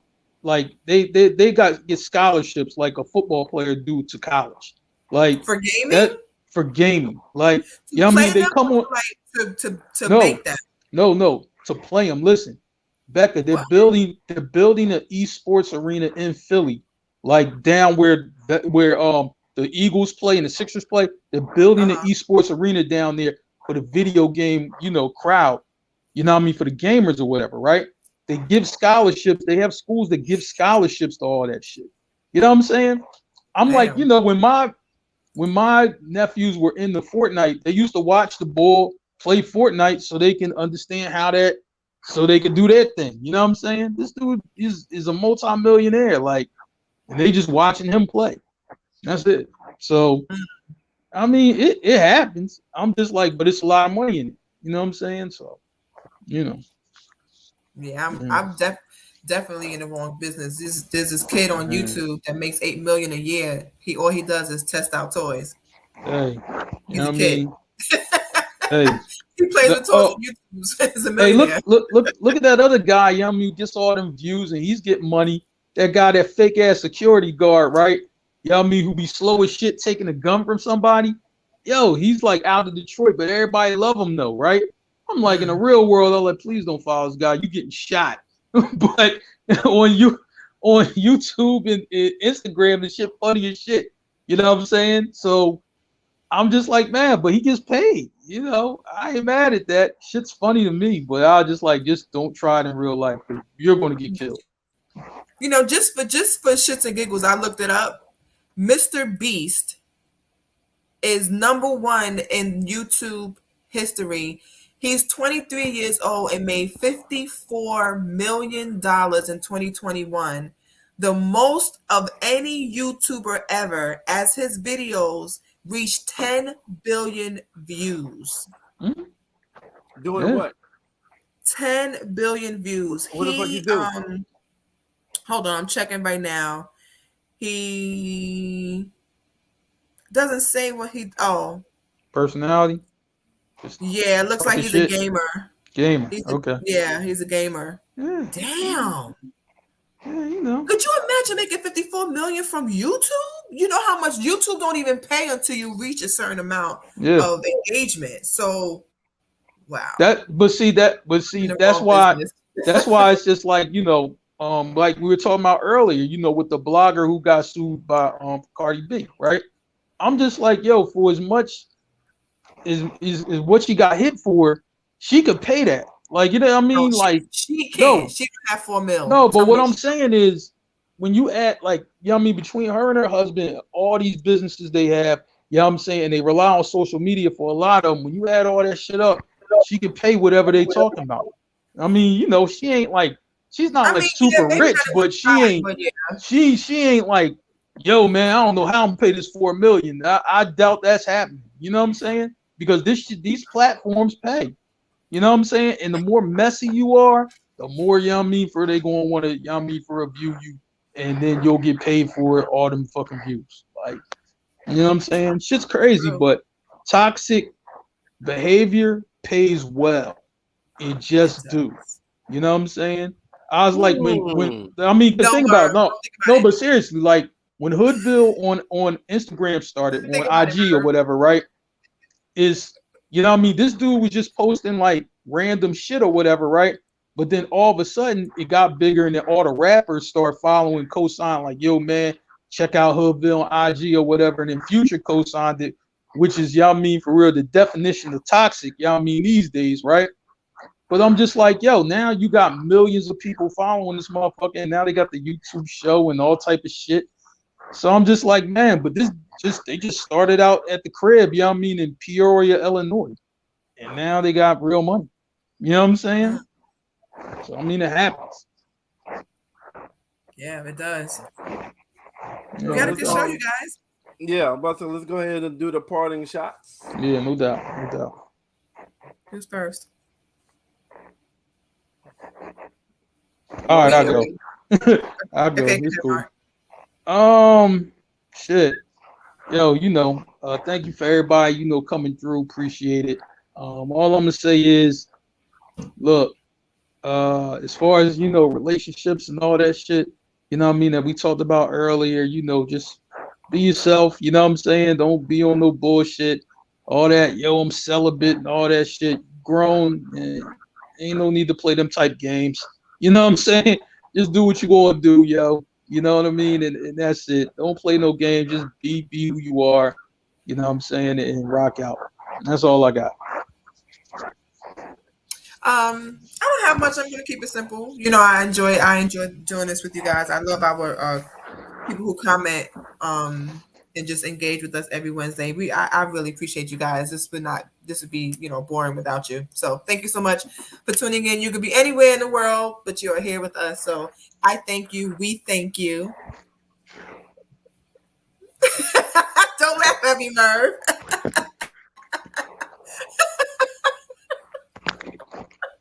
Go ahead, you go. All right, so I'm not trying to end it on a sad tip, but y'all, the people that's in resident in your circle, if you got people that's maybe resident in your circle, in your family, or even if y'all just communicate on social media, anybody that you have a reach to, that some kind of reach that you talk to, whether it's daily, weekly, or monthly, if you have some kind of interaction with them, the people that's always happy, that's always seem happy, and never show any kind of that you rarely see any kind of sadness or whatnot, check on them. Just checking them. Just asking them how you doing. Just like you good. It don't take much. Just like you good, and then you talk about blase, because it seems like back in the day there are signs for the old signs of suicide or somebody being depressed was a lot more obvious about 15, 20 years ago. Yeah. And nowadays, unless they're an athlete where they've had a lot of hits on their head, it's been a lot harder in the past 5 to 10 years to know when somebody's depressed or when somebody's suicidal. So somebody that you feel is always happy, nothing ever bothers them, checking like Robert Williams committed suicide, and he really could not tell like all this when he was on set, when he was recording movies, it was happy life at the party. So Don Cornelius. Yep, Don Cornelius. Mm-hmm. So even if they seem good, ask everybody, not just the ones that seem sad, because it's like that phrase that nobody ever checks on the lion. and the lion go through shit as well, Check on your strong friends. check on Yeah. your fucking strong friends as much as you check on the friends that actually tells you they're vulnerable, tells you they're sad. Just check on your strong friends a lot more than you do. That's what I wanted to end it on. Just we had a beautiful soul. Everybody talked about her that I went to school. People I went to school with met her. I never met her, but everybody talked about how you would never think that. She seemed like she had everything. Miss USA. She was a lawyer, attorney, living in this luxurious New York skybox. And at 30 years old, she took her life by jumping off. The Jumping 29th off, floor. yeah, the 29th floor. Mhm. Like that is a violent suicide. That's not even a peaceful suicide. That is a very violent suicide. And everybody said, like, you would never think it, because you would think she had everything, that she was happy.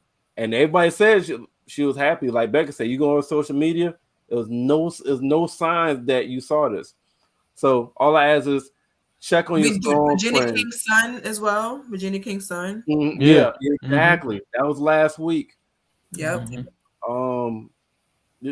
on the people that you think has no worries, that you think have no problems, that you think don't have a need for anything. Because a lot of times people that don't have a need for anything, they got a need for closeness or for friends or for love, something that money or materialistic or certain accomplishments cannot buy.